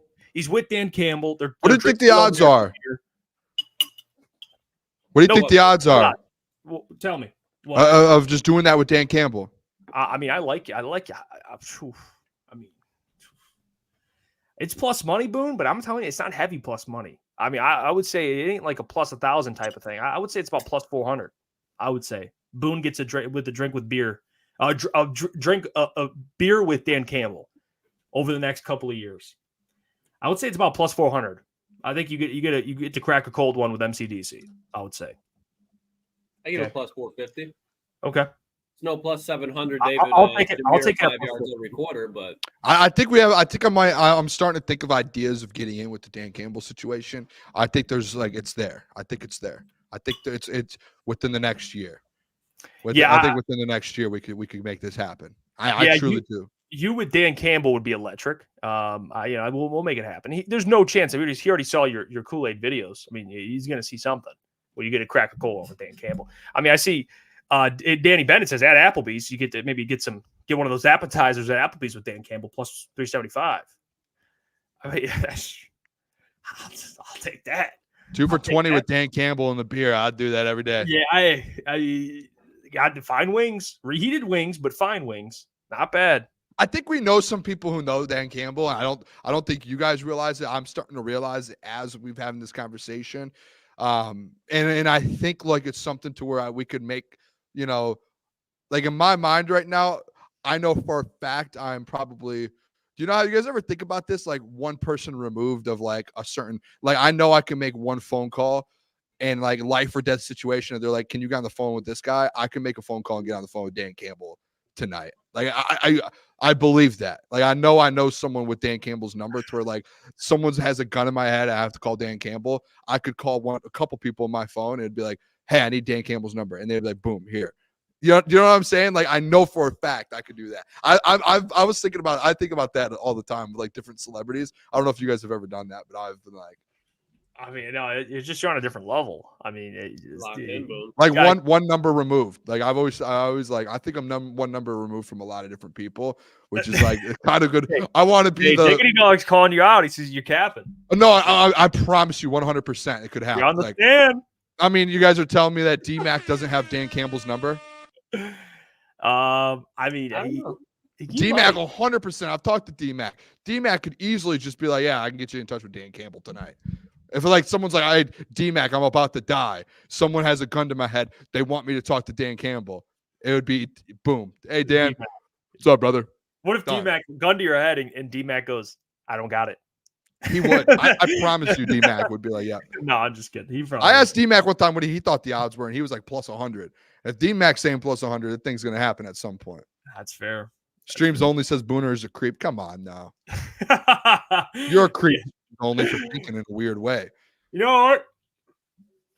Maybe Dan Campbell will get a Kool-Aid jug this week.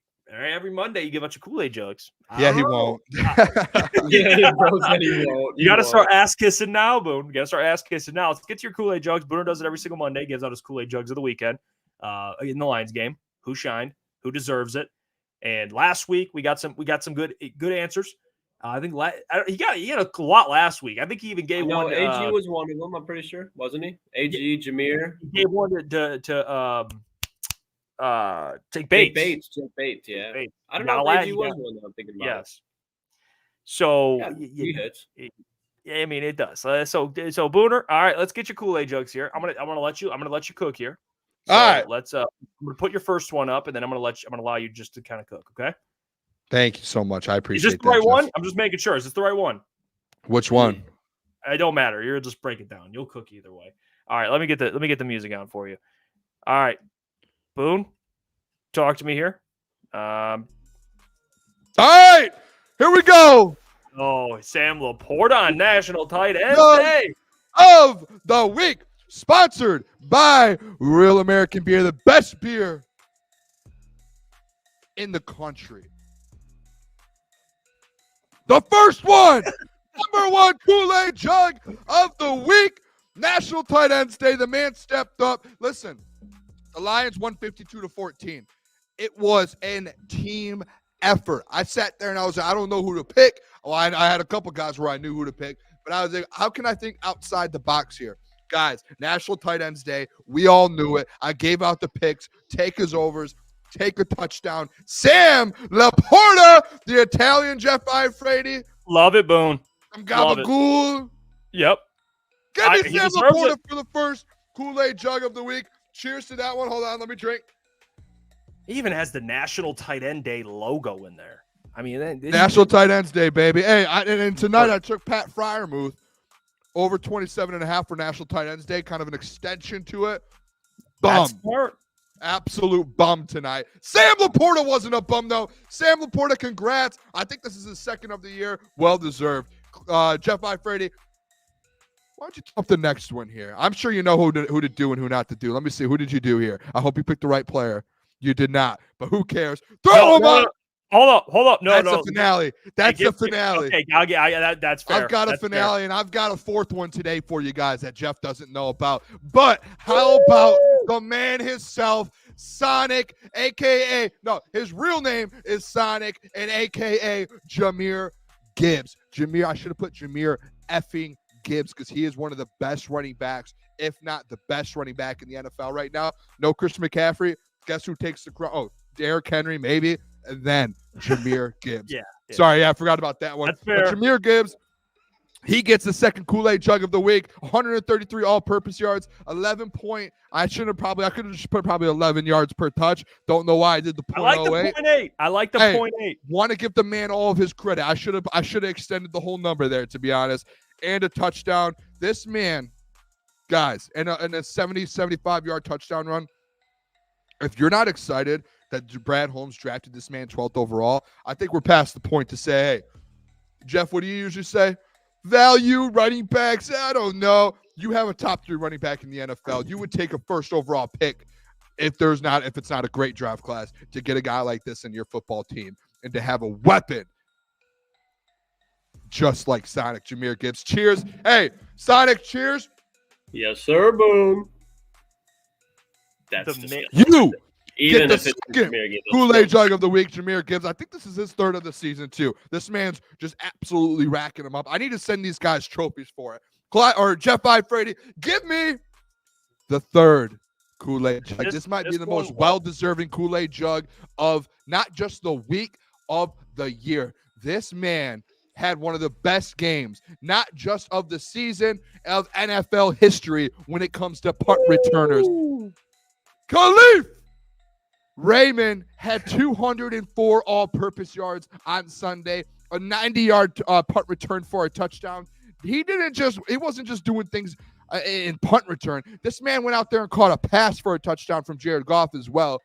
He is active. Guys, I'm telling you what, Khalif Raymond, he's going to go back-to-back years going as an all-pro special teams player. The performance he did on Sunday, I don't think there's been a performance like that since Devin Hester. This man was just untouchable. And you could say, Tennessee didn't have a great. I don't care. He was 19 yards. Andrew Jones just put it in there. 19 yards short of an NFL punt return record. He would have broke it if Germ, shout out Germ, no, nothing at Germ didn't hold on that play and the holding gets called back. He would have broke the NFL record for most punt return yards in NFL history, guys. This might be one of the most well-deserved Booner Kool-Aid jugs of the week for the Detroit Lions. Listen here, Cleve.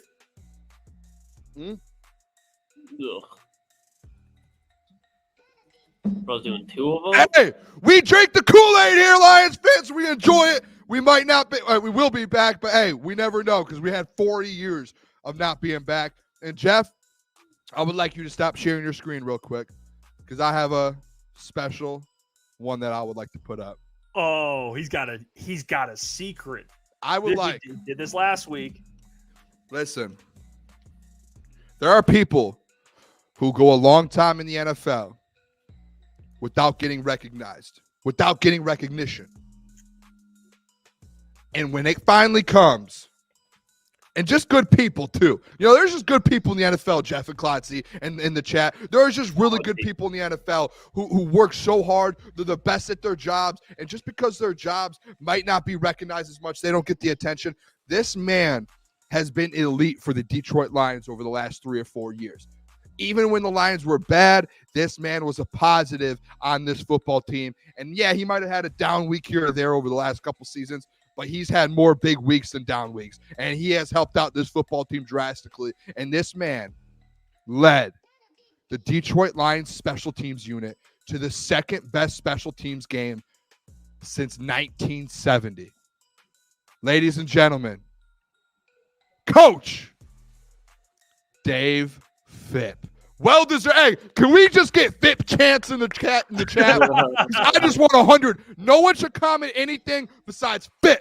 Phipp, Phipp, Phipp, Phipp, Phipp, Phipp, Phipp in the chat. Shout out Dave Phipp. He is such a good dude. I remember hearing stories last year from Broder and from Corey and from Doc that this man brings in food for the reporters and beat writers.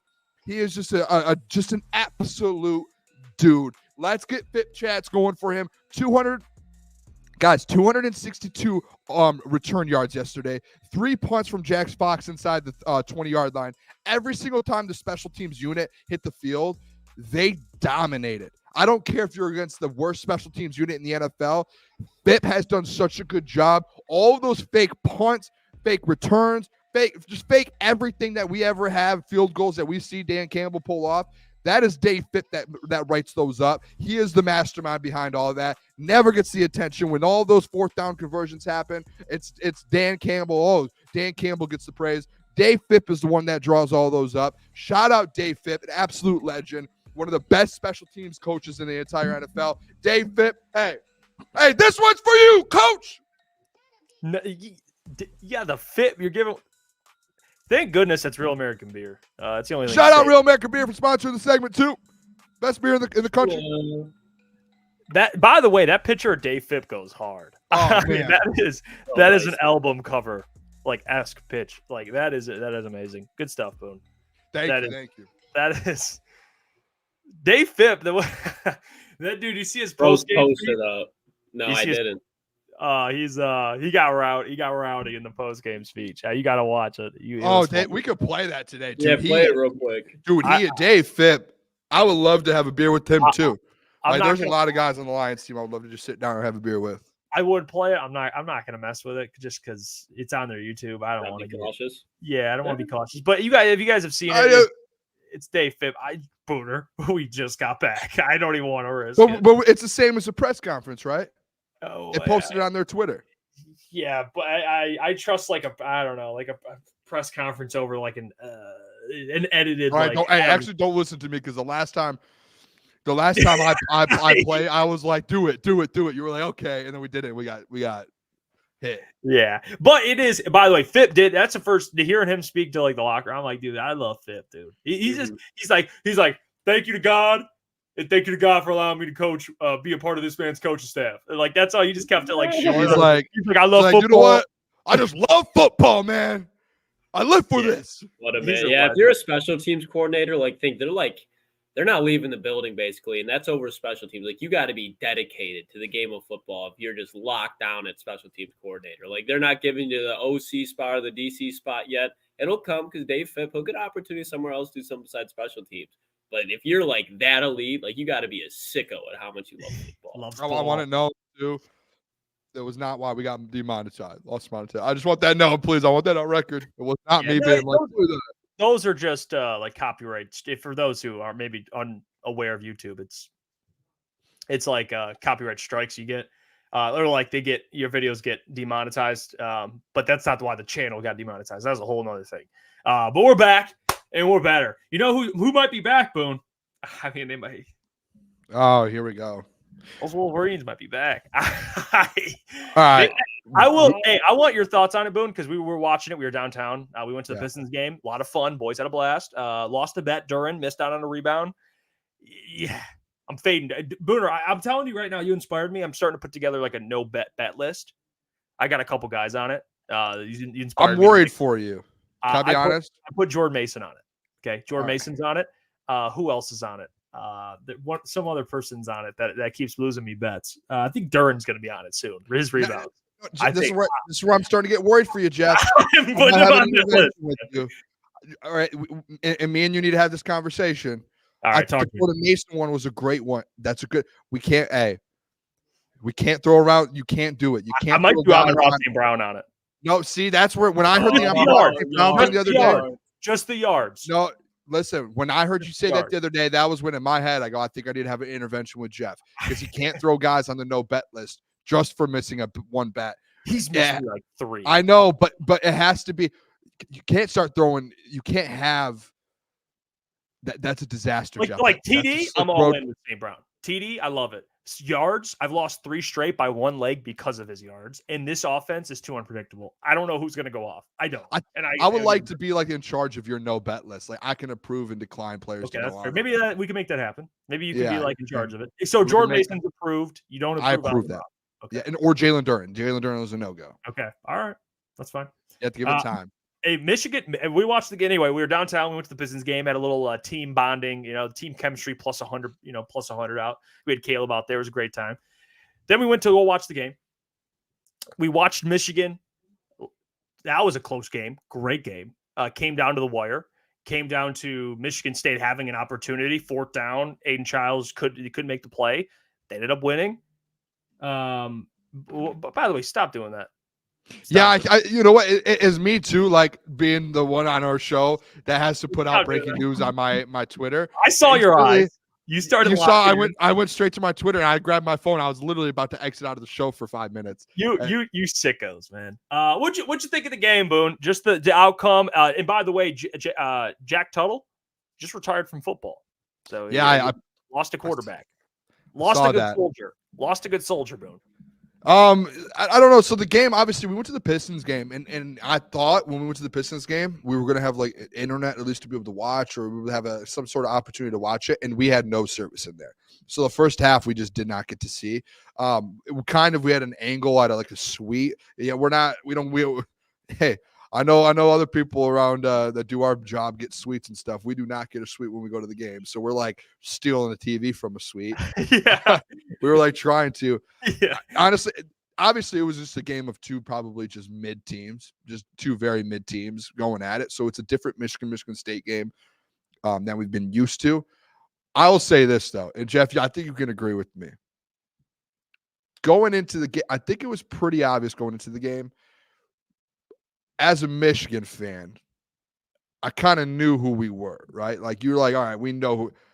On the other side, I've had conversations with a lot of Michigan State people, and it was like, hey, no, we're back. Like we're about to beat you by 30. Like this thing's not going to be close.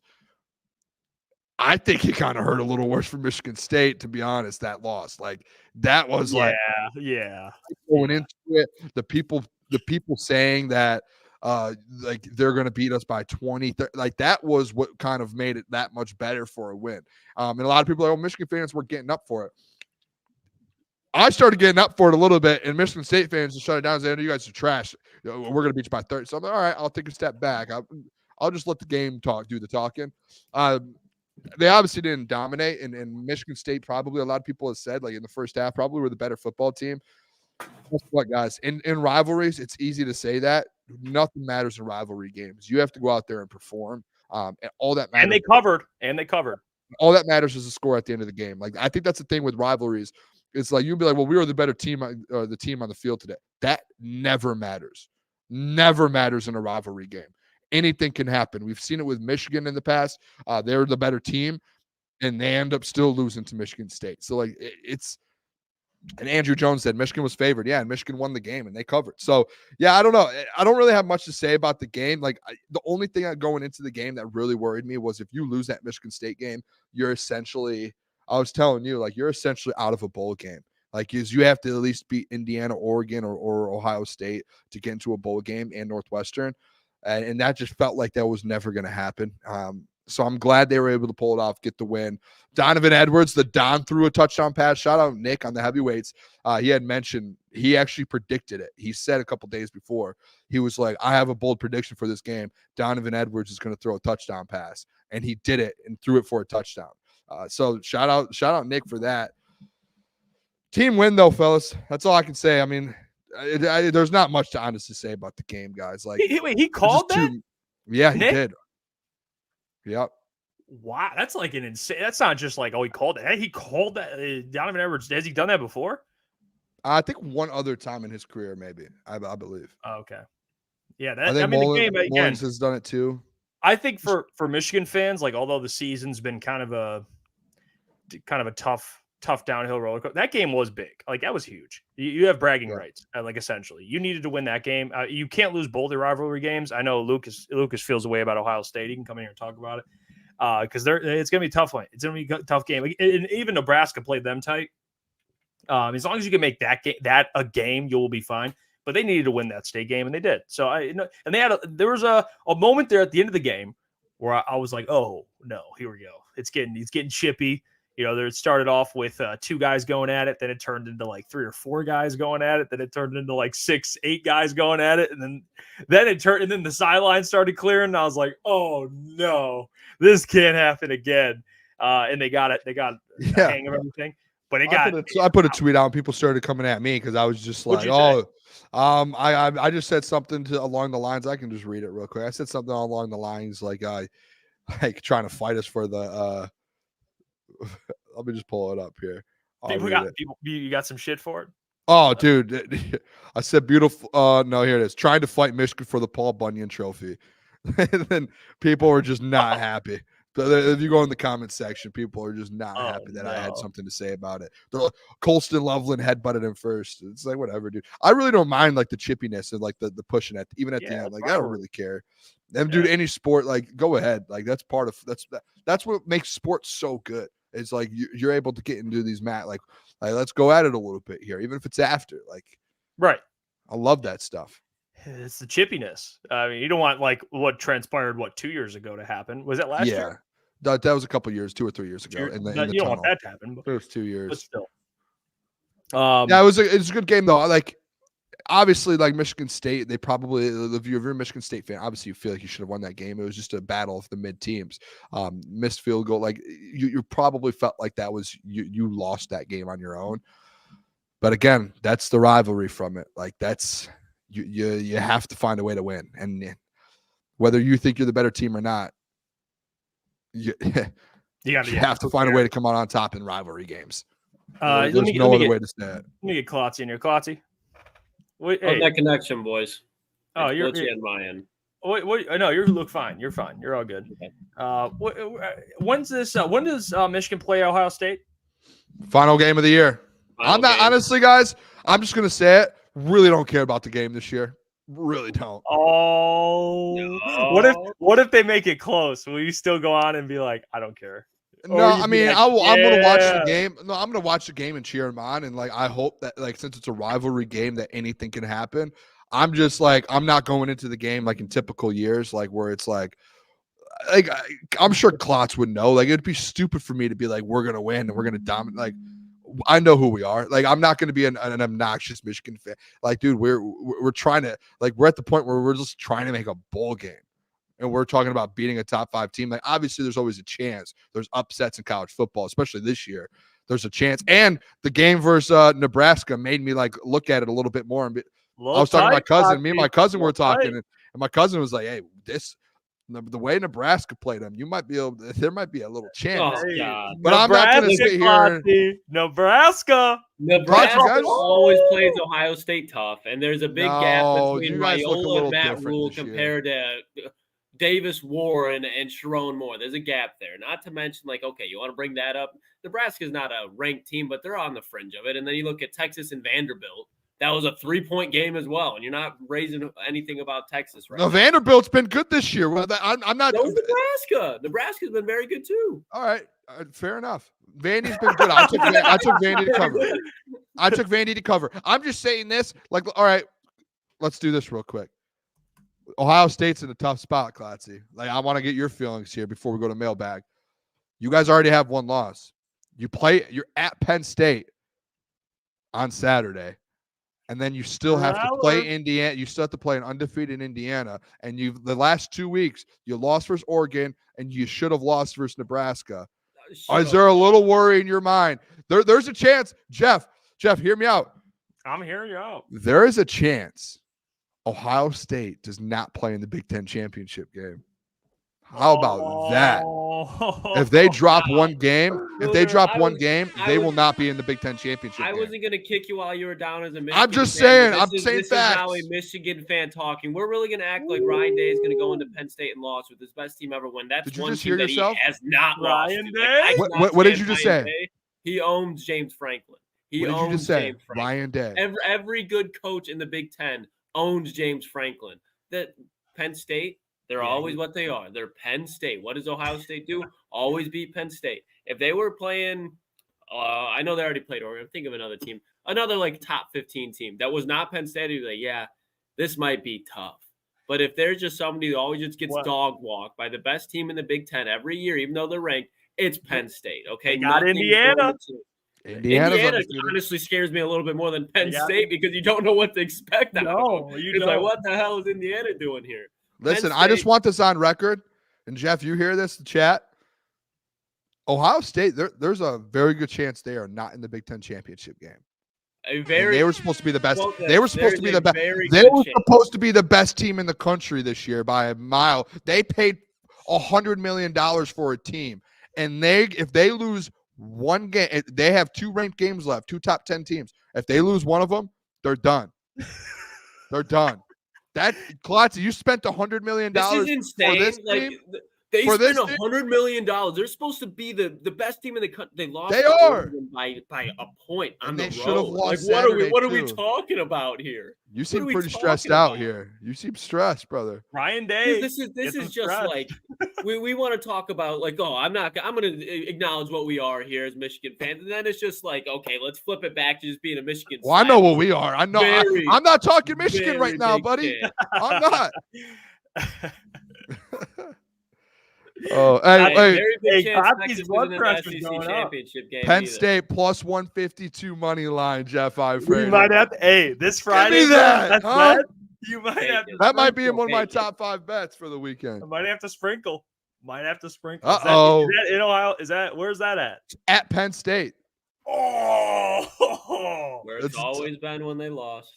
I don't They know. can pack that. Hey, they can pack that place out, Klotzy. That environment gets electric. The whiteout. It always is a whiteout. It's always a prime time game when they go into Penn State. What always happens? Like we're acting like it's not Penn State. Like if this was Michigan and Michigan was top 20, Michigan's gonna win the game. It's Penn State. It's James Franklin. Let's calm the fuck down. Relax. Hey, I'm just saying, I think this might be the year where Ohio State's not playing in the Big Ten championship game. Hey, Michael's saying, and Michael says That's all right, Klotz looks but nervous. He does look a little nervous, doesn't he, Michael?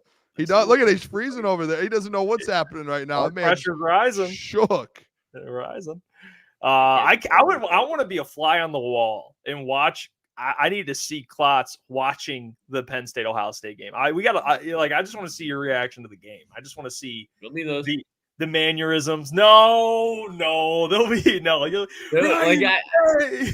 legit does it make you a little nervous that you guys were down in the fourth quarter to Nebraska and essentially had to like I don't know.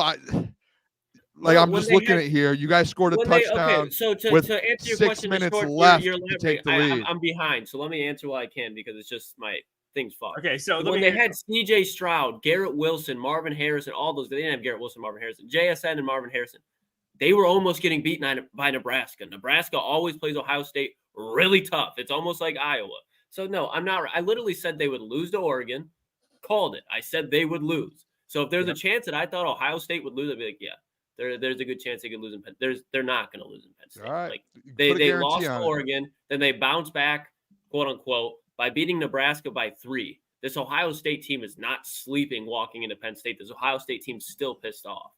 Like we they should have been mad last. The thing is they lost to Oregon. You would think they would be mad and turn around and beat Nebraska by 40 if they got paid $100 million. You put a $100 million team together and Ryan Day and Chip Kelly. You come off a loss. You would hope at home in the horseshoe that you would go win by 40. Guess what? This team isn't. This isn't the same old Ohio State, Klotzy. This is a Ryan Day. This is you're in a problem, and you have to play Nebraska or Indiana. You're in trouble. You are in trouble. You might not be in a Big Ten championship game. The saying goes, and I respect the saying a lot. Sometimes you just got to let the clown have the circus. So keep We'll see. screaming. Hey, the clown. Listen, the clown is the clown is a reigning national champion. When was the last time you won one? The clown is a reigning national. We're reigning national champions. Reigning national, can't say that. And respect the national now championship. you guys are going to be playing in the Alamo. I don't care. We won the most recent Big Ten championship. You were there. You're wrong. We're playing.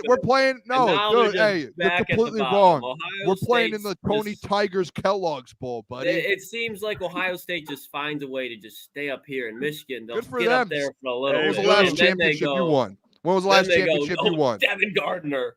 Let's When was go the get last- Devin Gardner. Let's go get Rich Rod. What was the last Like- championship you won? Booner, you just asked this 2016? question 10 16? seconds ago. 16? Well, do I got hit? Oh wait, sneak on the alarm clock? 2024 here. 2024. How And about before that? then, Sit it was, down. Boone, before then, I wasn't even born. You might have It's just all right. been Hey, coming out the womb. We're not talking Charles about that. Woodson We're was talking still in about the most college. recent. Shout out We're talking 419 about the most Charles recent. Who's the reigning national champion? Who's the last Big Ten champion to It's win a like national? one of those That's things where us. it's like That's they us. finally He had to owns get you the one. last 3 years. Who's the reigning? We are 2024 champions. Not you, us. Until you guys win a national championship again, we're the best Big Ten. We're the most recent Big Ten team to win it. He's got a point, Klotz. He's got a point. Can't say anything. Yeah, I don't either. His Wi-Fi's out or he's just. I'm just like what we just said the same 3 things over like 5 minutes. Hey, he's tapping out. Yeah, he's just tapping. Hey, this week though, it'll be a good game. Be a good game. Watch him blow out Penn State. Klotz comes out on Monday. Just yeah, fair enough, dude. I won't even because it's like it's Ohio State versus Penn State. Like they're not going to blow Penn State out. They'll probably win by like 7 to 13 points, somewhere in between there. All right, that's fair. Well, we got mailbag here. Mailbag. Does Trevor Nowoski get a 3rd sack this week? And by the time Barnes is back, is he the guy? I say yes based on Kelvin Shepard. 3rd sack this week. You know what? Jay Love or Malik? I think it'll be Jay Love. I don't hate the Trevor Nowoski getting a 3rd sack this week. He's been very good. I can't. Been very good. I don't know if Derek Barnes will be. I hope Derek Barnes is back. I don't know if he will be though. I hope he is. Mr. Detroit Study mailbag. What number do you think Max Crosby's going to wear when he gets to Detroit? When that report came out, we were at the game on Saturday. I just quote tweeted and said, "Hey, I think there's still a chance." Yeah. maybe Mark Davis messed his email up. Maybe instead of saying we're not trading him, he might just say we are trading him. I don't know. It's simple typo. It happens often. It happens. Derek Lash mailbag. Level of concern with how Decker's played the last 2 weeks. I'm not. I would say I'm at like a not very concerned. I'm not like dismissing it. I'm kind of in the middle. Like I'm not. I think he'll be fine this week, bouncing back. But it's a tough matchup for him. So I'm kind of in the middle. I need to wait. If he continues to struggle, I'll be more concerned. But at this point, I'm not going to freak out too much. Like Taylor's a vet. He's bounced back plenty of times in his career. So, Danny Bennett says that the Raiders have email problems for sure. Yeah, Yeah, they have. That's a fact. Oh God. All right, we'll be back tomorrow. Hey, we got a guest joining tomorrow. Got to confirm today. He hasn't joined the show in a couple of weeks, but it'll be a good one. Then we got John Macron on Wednesday. So a lot of good shows planned this week. Tomorrow will be a lot of fun. Appreciate you all. As always, preparing for the Packers game this weekend. And the support on our Sunday show has been incredible. Tune in on Sunday. Pregame, postgame, pregame, watch party, postgame will be in Grand Rapids on Sunday with Real American Beer. So the garage in Grand Rapids will be down there. Real American Beer. The boys will be out there. We're bringing Caleb. It'll be a blast. So if you're in the Grand Rapids area, come through to the garage. Come hang out. Come say what up to the fellas.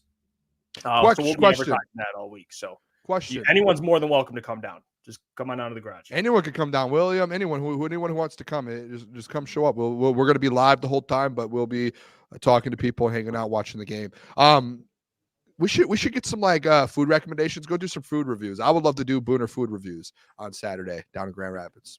I mean, yeah, come on out. Everyone come out to the garage. Come hang out, man. It'll be a good time. Watch the Packers game with us.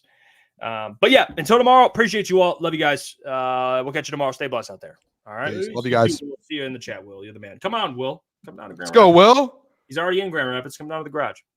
We'll catch you guys tomorrow. See ya. Peace.